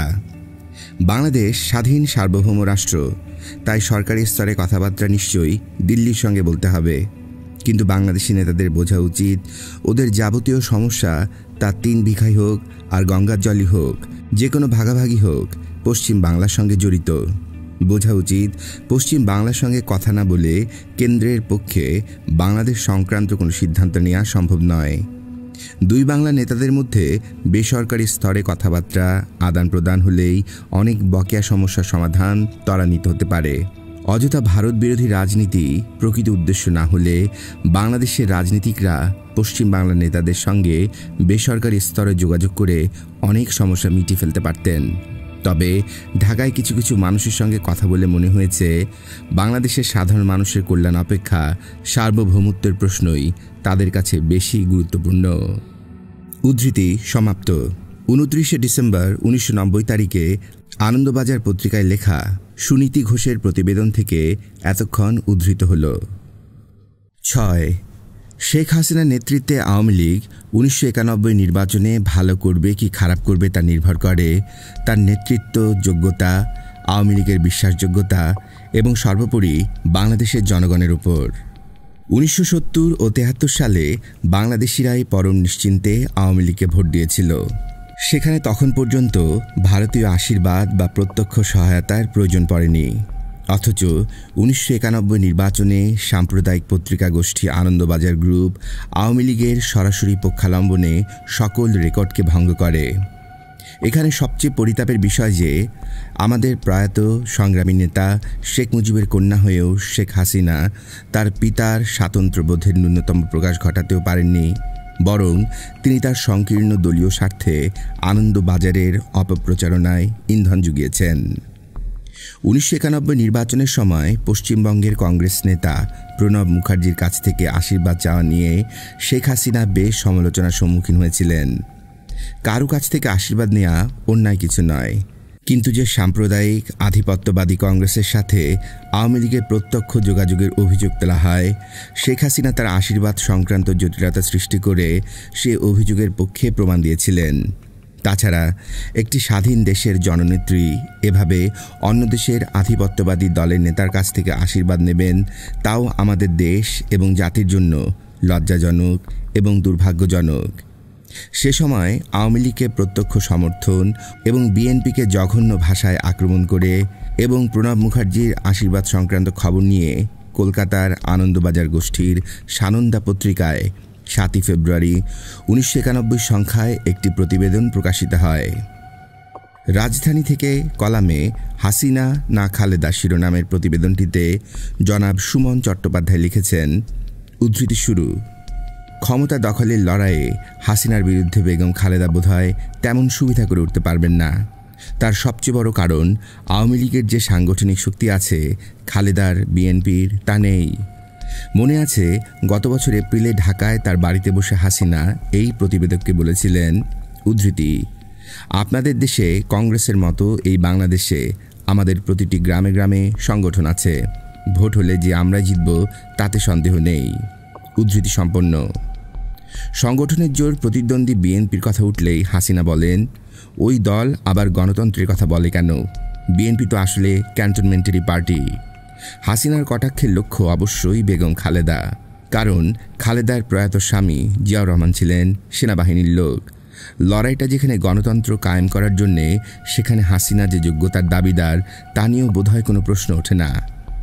পাকিস্তান এবং বাংলাদেশ দুই দেশেই রাজনৈতিক নেতাদের অস্তিত্বের অন্যতম শর্ত ভারত বিরোধিতা। তবু অস্বীকার করার উপায় নেই, বাংলাদেশের স্বাধীনতা আন্দোলনে ভারতের সাহায্যের কথা এখনও হাসিনা ব্যক্তিগত আলোচনায় কৃতজ্ঞ চিত্তেই স্মরণ করেন। উচ্ছ্বসিত প্রশংসা করেন নেহরু পরিবারের, এবং হয়তো সেজন্যই নির্বাচনী প্রচারে নামার আগে জীবিতাবস্থায় ইন্দিরার অত্যন্ত ঘনিষ্ঠ কংগ্রেসী নেতা প্রণব মুখার্জিকে হাসিনা টেলিফোন করেছিলেন আশীর্বাদ চাইতে। আজকের বাংলাদেশে উপকারী বা কজন স্বীকার করেন? উদ্ধৃতি সম্পন্ন। 7 ফেব্রুয়ারি 1991 সুমন চট্টোপাধ্যায়ের কলাম থেকে উক্তি পড়া হলো। এরশাদ পতনের পর ভারতে অবস্থানরত দাগি আসামিরা বাংলাদেশে চলে আসা শুরু করে। ৭৫-এর পট পরিবর্তনের পর যারা সরাসরি বাংলাদেশ বিরোধী কাজে লিপ্ত ছিল, তারা নতুন পরিস্থিতির সুযোগে বাংলাদেশে আসার সুযোগ পায়। তাদের বিরুদ্ধে অভিযোগ প্রমাণ ও শাস্তিদান সম্পূর্ণ আলাদা ব্যাপার, কিন্তু তাদের অধিকাংশই দীর্ঘদিন রয়ের সাথে প্রত্যক্ষভাবে সম্পৃক্ত ছিল। এদের সম্পর্কে ৯১ সংখ্যা দৈনিক মিল্লাতে বলা হয়, উদ্ধৃতি শুরু, বিগত সাধারণ নির্বাচনী তৎপরতায় দীর্ঘকাল কলকাতায় অবস্থানরত রয়ের মদতপুষ্ট অনেক পলাতক বাংলাদেশিদের ব্যবহার করা হয়েছে। এদের অধিকাংশই নির্বাচনের পূর্বে ঢাকা প্রত্যাগমন করে, যেমন আওরঙ্গ ও তার সঙ্গীগণ। উদ্ধৃতি সমাপ্ত। এরশাদ পতনের পরপর হঠাৎ করে দেশে কতগুলো মারাত্মক বিশৃঙ্খলা দেখা দেয়। তখন দেশের অবস্থা ছিল বিচারপতি শাহাবুদ্দিনের ভাষায় উত্তপ্ত বারুদাগারের মতো। তার মতো একজন দক্ষ প্রশাসককেও সে সময় অনেক অরাজক অবস্থা নিয়ন্ত্রণ করতে হিমশিম খেতে হয়। ১৯৯০ সালের ২৯ ডিসেম্বর দেশের বিভিন্ন জেলখানায় কারা বিদ্রোহের সূত্রপাত ঘটে। এই হাঙ্গামা ধীরে ধীরে অনেক জেলে ছড়িয়ে পড়ে। কারাগার নিয়ে এমন ঘটনা আগে কখনো ঘটেনি। কারাগারের লকআপ ভেঙে রাজবন্দীদের আঙিনায় বেরিয়ে আসা, কারারক্ষী এবং কারাবন্দীদের মাঝে রক্তক্ষয়ী সংঘর্ষ, গুলিবর্ষণ, লাশ নিয়ে মিছিল, দাবিনামা পেশ, অনশন ইত্যাদি আলামতের পাশাপাশি সরকি, বল্লম, ভোজালি, কিরি, চাপাতি, ককটেল তৈরির মাল মশলাও উদ্ধারের খবর পাওয়া যায়। এখন এখানে যে কেউ একটু লক্ষ্য করলে বুঝতে পারবেন যে সাধারণ কয়েদিদের কাছে জেলখানাতে কারা এত বিপুল পরিমাণে অস্ত্রশস্ত্র সরবরাহ করল। পুলিশ প্রশাসনের ব্যাপক প্রহরায় ফাঁকফোকরগুলি কীভাবে কারা এগুলো দেশের নিরাপত্তম স্থান বলে স্বীকৃত জেলখানায় পাঠাতে পারল। যদি পুলিশ প্রশাসন বলতো যে তারা এর কিছু জান না, তবে তাদের প্রশিক্ষণ এবং শৃঙ্খলা নিয়ে সততার প্রশ্ন উঠতে পারে। তবে তখন যারা এরকম কোনো অন্তর্ঘাতমূলক এবং ধ্বংসাত্মক কাজ করুক না কেন, তার পেছনে উদ্দেশ্য ছিল বিচারপতি শাহাবুদ্দিনকে প্রশাসনিক জটিলতায় ব্যস্ত রেখে রাজনৈতিক ব্যাপারে, প্রয়োজনীয় ব্যাপারে নজর না দিতে বাধ্য করা। অর্থাৎ কোন একটি বিশেষ পক্ষ যেন সকল পর্যায়ে রাজনৈতিক আধিপত্য বিস্তার করতে পারে, সে লক্ষ্যেই এসব ঘটানো হতো। ৯. বিভিন্ন জনসভায় আওয়ামী লীগের পক্ষ থেকে বিএনপি বিরোধী নানা রকম প্রচারণা চালানোর পাশাপাশি স্বয়ং আওয়ামী লীগ সভানেত্রীও জঘন্য, অশ্লীল এবং কুরুচিপূর্ণ ভাষায় বিএনপিকে আক্রমণ করতে থাকেন। এক্ষেত্রে তিনি রাজনৈতিক সমালোচনা বা বিরোধিতার সকল মাত্রা ভঙ্গ করে যেসব অভিযোগ উত্থাপন করেন, তার মাঝে উল্লেখযোগ্য হল: ১. নির্বাচনী প্রচারাভিযানের এক পর্যায়ে রাজশাহীর 0 পয়েন্টে ভাষণদানকালে শেখ হাসিনা শহীদ জিয়াউর রহমানকে মদ্যপ এবং অসৎ বলে অভিহিত করেন। ২. ১৬/২/৯১ তারিখে মাদারীপুর জামে মসজিদ প্রাঙ্গণে আয়োজিত জনসভায় বক্তৃতা দানকালে শেখ হাসিনা বলেন, উদ্ধৃতি শুরু, ৭৫ সালে বঙ্গবন্ধুকে হত্যা করে এদেশের মানুষের ভোট এবং ভাতের অধিকার কেড়ে নিয়ে গণতন্ত্রকে হত্যা করা হয়। জিয়া সেই হত্যাকাণ্ডের সঙ্গে জড়িত ছিলেন। বিদেশি টাকা পয়সা লুটপাটের ভাগবাটোয়ারা নিয়ে জিয়া ও এরশাদের মধ্যে গণ্ডগোল দেখা দিলে জিয়াকে হটিয়ে এরশাদ ক্ষমতায় আসে। জিয়াউর রহমান যা করেছেন এরশাদও তা করেছে। উদ্ধৃতি সম্পন্ন। ৩. ৯ ফেব্রুয়ারি ১৯৯১ তারিখে আওয়ামী লীগের প্রচার সম্পাদক মোহাম্মদ নাসিম এক বিবৃতিতে বলেন, উদ্ধৃতি শুরু, খালেদা জিয়া ১৯৭১ সালের মহান মুক্তিযুদ্ধের সময়ে ক্যান্টনমেন্ট এলাকায় ছিলেন। উদ্ধৃতি সম্পন্ন।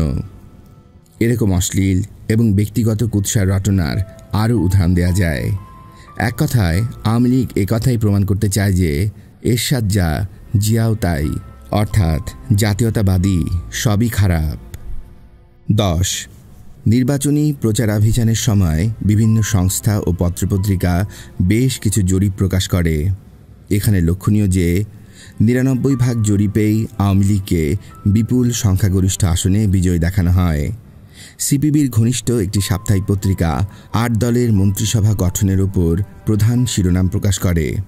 এতে বলা হয়, আওয়ামী লীগ সহ ৮ দল মেজরিটি তো বটেই, বরং ২/৩ আসন পাবে। পক্ষান্তরে বিএনপি দ্বিতীয় হবে নাকি তৃতীয় হবে তা নিয়েও বিস্তর সংশয় ছিল। এমনকি সরকার নিয়ন্ত্রিত প্রতিষ্ঠান BIDS এ পরিচালিত জরিপেও আওয়ামী লীগের বিজয় বার্তা প্রচার করা হয়েছিল। উল্লেখ্য যে BIDS এর অন্যতম রিসার্চ ফেলো রেহমান সোবহান ছিলেন তত্ত্বাবধায়ক সরকারের উপদেষ্টা। মূলত এসব প্রচারণার উদ্দেশ্য ছিল বিএনপি সমর্থকদের উপর মনস্তাত্ত্বিক যুদ্ধ চাপিয়ে দেয়া। অন্যদিকে বাংলাদেশ টেলিভিশনও সে সময় সম্পূর্ণ একপেশে ও ন্যাক্কারজনক ভূমিকা পালন করে। বিশেষ করে নির্বাচনের দিন তাদের আওয়ামী লীগ প্রীতি অত্যন্ত নগ্নভাবে সকলের চোখে পড়ে। এ ব্যাপারে ২২ মার্চ ১৯৯১ তারিখে সাপ্তাহিক আগামীতে উল্লেখ করা হয়, উদ্ধৃতি শুরু, বাংলাদেশ টেলিভিশনের অধিকাংশ কর্মকর্তা, কর্মকুশলী ও শিল্পী নাকি নৌকার বিজয়ে বড় বেশি নিশ্চিত ছিলেন। আবদুল্লাহ আল মামুন সহ অনেকে নাকি আওয়ামী লীগের জন্য জানপ্রাণ দিয়ে খেটেছেন। 0 পয়েন্ট নাটিকাটির ভরাডুবির পর জনাব মামুন আরেকটি নাটক নাকি প্রচার করতে যাচ্ছিলেন। এতে আওয়ামী লীগের জয়গান ছিল। নির্বাচনের দিন বিশেষ অনুষ্ঠানমালায় এমন সব গান ও নাটক প্রদর্শিত হয় যাতে আওয়ামী লীগের নির্বাচনী প্রতীক নৌকাও ছিল। গানের কথায় ছিল নৌকা, তরী, নাও ইত্যাদি শব্দাবলী। নির্বাচনের ফলাফল ঘোষণাকারী নৌকার প্রার্থীদের ফল প্রচারে গলায় যেমন জোর পেয়েছেন, ধানের শীষের বেলাতে তেমনটি তারা পাননি। আনিসুল হক প্রমুখ সম্পর্কে দর্শকরা এ সকল অভিযোগ করেছেন। একটি নির্মাণ সংস্থার পরিচালক সিরাজুল মজিদ মামুন অনেক সাবধানী হলেও দর্শকের চোখ এড়িয়ে যেতে পারেননি। গার্মেন্টস কারখানার মালিক আনিসুল হক নির্বাচনে ফলাফল প্রচার করতে গিয়ে বিনোদন ধর্মী অনুষ্ঠান উপস্থাপকের মতো কাজকর্ম করে যাচ্ছিলেন। শুধু টিভির কর্মকর্তা নয়, খোদ তথ্য মন্ত্রণালয়ের সচিবের বক্তব্য সম্পর্কে কথা উঠেছে। গত ২৫ ফেব্রুয়ারি মানিক মিয়া এবং পান্থপথের জনসভায় টিভি কভারেজ সঠিক এবং বস্তুনিষ্ঠ ছিল না। বাস্তবে পান্থপথের সমাবেশ থেকে মানিক মিয়ার সমাবেশ ছিল দ্বিগুণ। সরকারের বিভিন্ন সংস্থার রিপোর্টেও নাকি তাই বলা হয়েছে। কিন্তু বিটিভিতে যে ফটো কভারেজ দেয়া হয় তাতে পান্থপথের ছবিটি বড় করে দেখানো হয় আর মানিক মিয়ার সমাবেশের ছবিটি ছোট করা হয়। সর্বশেষ নির্বাচনী প্রচারণা উপলক্ষে বেগম জিয়ার মানিক মিয়া সমাবেশ এবং শেখ হাসিনার পান্থপথের সমাবেশের লোক সমাগমের বিষয়টি ছিল গুরুত্বপূর্ণ। সারা দেশের ভোটারদের মধ্যে এই জনসভার ব্যাপারে খুবই আগ্রহ ছিল, কিন্তু বিটিভির বার্তা বিভাগের কারসাজিতে সঠিক তথ্য পরিবেশিত হয়নি।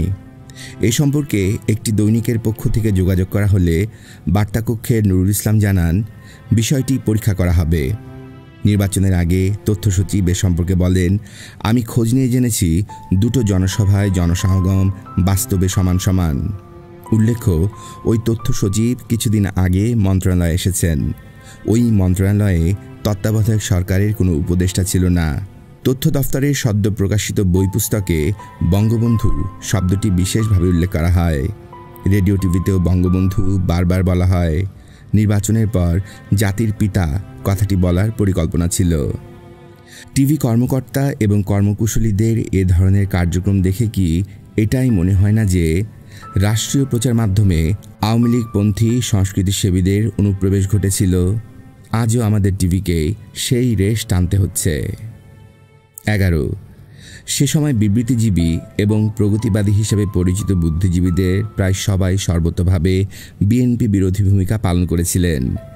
নির্বাচনের পূর্বে সাপ্তাহিক বিচিত্রা পত্রিকা বুদ্ধিজীবীদের বেশ কিছু সাক্ষাৎকার গ্রহণ করে। কাকে ভোট দিচ্ছেন এই প্রশ্নের উত্তরে অধিকাংশই নৌকা প্রতীককে ভোট দেবেন বলে জানিয়ে দেন। 12 সকল পর্যায়ে দেশি ও ভারতীয় প্রচারণা মাধ্যম যে কিভাবে উদ্দেশ্যমূলক ভুল তথ্য পরিবেশনের মাধ্যমে জনগণ এবং আরও বৃহৎ অর্থে বিশ্বকে বিভ্রান্ত করতে সক্ষম হয় তার বড় প্রমাণ হতে পারে 91 সংসদ নির্বাচনে আওয়ামী লীগের বিজয় নিশ্চিত এই ধরনের প্রচারণা। এসব ক্ষেত্রে দেখা গেছে পূর্ব থেকেই এমন আবহাওয়া সৃষ্টি করা হয়েছিল যে সকলেই যাতে আওয়ামী লীগ নিশ্চিতভাবে বিজয় হচ্ছে এটা ভাবতে পারে। এরকম প্রচারণার উদ্দেশ্য ছিল যদি নির্বাচনে আওয়ামী লীগ পরাজিত হয় তাহলে যেন তাৎক্ষণিকভাবে কারচুপির রেডিমেড অভিযোগটি উঠানো যায়। এখানে এরকম প্রচারণায় বিদেশি সাংবাদিক এবং পর্যবেক্ষকগণ কিভাবে বিভ্রান্ত হয়েছিলেন সাপ্তাহিক আগামী হতে তার কিছু প্রমাণ তুলে দেওয়া হলো। খবরের শিরোনাম নৌকার দিকে তাক। নির্বাচনের আগের দিন মঙ্গলবার সন্ধ্যা। স্থান ঢাকা শেরাটনের মিডিয়া সেন্টার। নির্বাচনের সংবাদ আগ্রহে আগত বিদেশি সাংবাদিকদের একটি মিলন ক্ষেত্র ছিল এখানে। এদিন সন্ধ্যায় আনন্দবাজার গোষ্ঠীর দ্য টেলিগ্রাফের আলোকচিত্রী অলোক মিত্রকে দেখা গেল রেডিও ফটো পাঠাতে। তার সঙ্গে বিভিন্ন আলাপ আলোচনা হচ্ছিল। অলোক মিত্রের ধারণা নির্বাচনে আওয়ামী লীগ বিপুল বিজয় অর্জন করবে। এ কারণে নির্বাচনের দিনে তার প্রথম অ্যাসাইনমেন্ট হল শেখ হাসিনা। তিনি জানালেন আগামীকাল নির্বাচনের দিন সকাল 7টায় তিনি ধানমন্ডি 32 নম্বরে যাবেন। অলোক মিত্র তার পত্রিকার জন্য কী ছবি পাঠাচ্ছেন তা দেখার জন্য কৌতূহল হলো। তার ছবিটি হলো রাজধানীর একটি রাজপথ। সেনাবাহিনীর একজন সদস্য রাজপথে টহল দিচ্ছে। তার রাইফেলের নল একটি নৌকা প্রতীকের দিকে তাক করা আছে। আরেকটি সংবাদ, আরেকটি শিরোনাম বিএনপি ফ্যাক্টর নয়। সেখানে বলা হয়েছে 91 সংসদ নির্বাচনে অতীতের যে কোনো নির্বাচনের তুলনায় অনেক দেশি বিদেশি পর্যবেক্ষক এসেছিলেন। সবার একই মন্তব্য, নির্বাচন অবাধ, নিরপেক্ষ এবং সুষ্ঠু হয়েছে। এই নির্বাচনকে যুক্তরাষ্ট্র এবং যুক্তরাজ্যের মতো দেশের নির্বাচনের সাথেও তুলনা করা যায়। আর তৃতীয় বিশ্বের দেশগুলোর জন্য এই নির্বাচন ছিল এক অতুলনীয় দৃষ্টান্ত। ব্রিটিশ সংসদীয় পর্যবেক্ষক দল, কমনওয়েলথ পর্যবেক্ষক দল এবং জাপানি সংসদীয় পর্যবেক্ষক দল গত 27 ফেব্রুয়ারির জাতীয় সংসদ নির্বাচন পর্যবেক্ষণে বাংলাদেশে আসেন। কমনওয়েলথ ও সার্ক পর্যবেক্ষক দলে অন্তর্ভুক্ত দেশসমূহের রাজনৈতিক, কূটনৈতিক, রাষ্ট্রবিজ্ঞানী, আমলা, সাংবাদিক, সাবেক মন্ত্রী, অবসরপ্রাপ্ত পদস্থ কর্মকর্তার সমন্বয়ে গঠিত টিম বাংলাদেশের সাম্প্রতিক নির্বাচনকে অনন্য আখ্যা দিয়ে বলেছে, পর্যবেক্ষক দলের সদস্যরা নিজ নিজ দেশে গিয়ে সূক্ষ্ম, নিরপেক্ষ এবং অবাধ নির্বাচন অনুষ্ঠানে বাংলাদেশের মতো অনুরূপ ব্যবস্থা গ্রহণে সংশ্লিষ্ট সরকারকে পরামর্শ দেবেন। পর্যবেক্ষক দলসমূহ নির্বাচন পর্যবেক্ষণের পর পৃথক পৃথক সাংবাদিক সম্মেলন করে তাদের অভিজ্ঞতা বর্ণনা করেছেন। তারা বাংলাদেশ সরকারের কাছে নির্বাচন পর্যবেক্ষণের অভিজ্ঞতার আলোকে প্রয়োজনীয় সুপারিশও করে গেছেন। নির্বাচনকে প্রশ্নাতীত উল্লেখ করলেও সব পর্যবেক্ষক দলই অভিন্ন মত পোষণ করেন যে ভোটার তালিকায় কিছু ত্রুটির ব্যাপার তার গোচরে এসেছে, তবে এ অনিয়ম নির্বাচনী ফলাফলে কোনো প্রভাব ফেলেনি বলেও তারা উল্লেখ করেন। ব্রিটিশ পর্যবেক্ষক দলের একজন সদস্য ঘরোয়া পরিবেশে কয়েকজন সাংবাদিকের সাথে আলাপকালে বলেন, তারা বরাবরই নিরপেক্ষ, কিন্তু বাংলাদেশে এসে তারা এবার ভুল করে ফেলেছেন।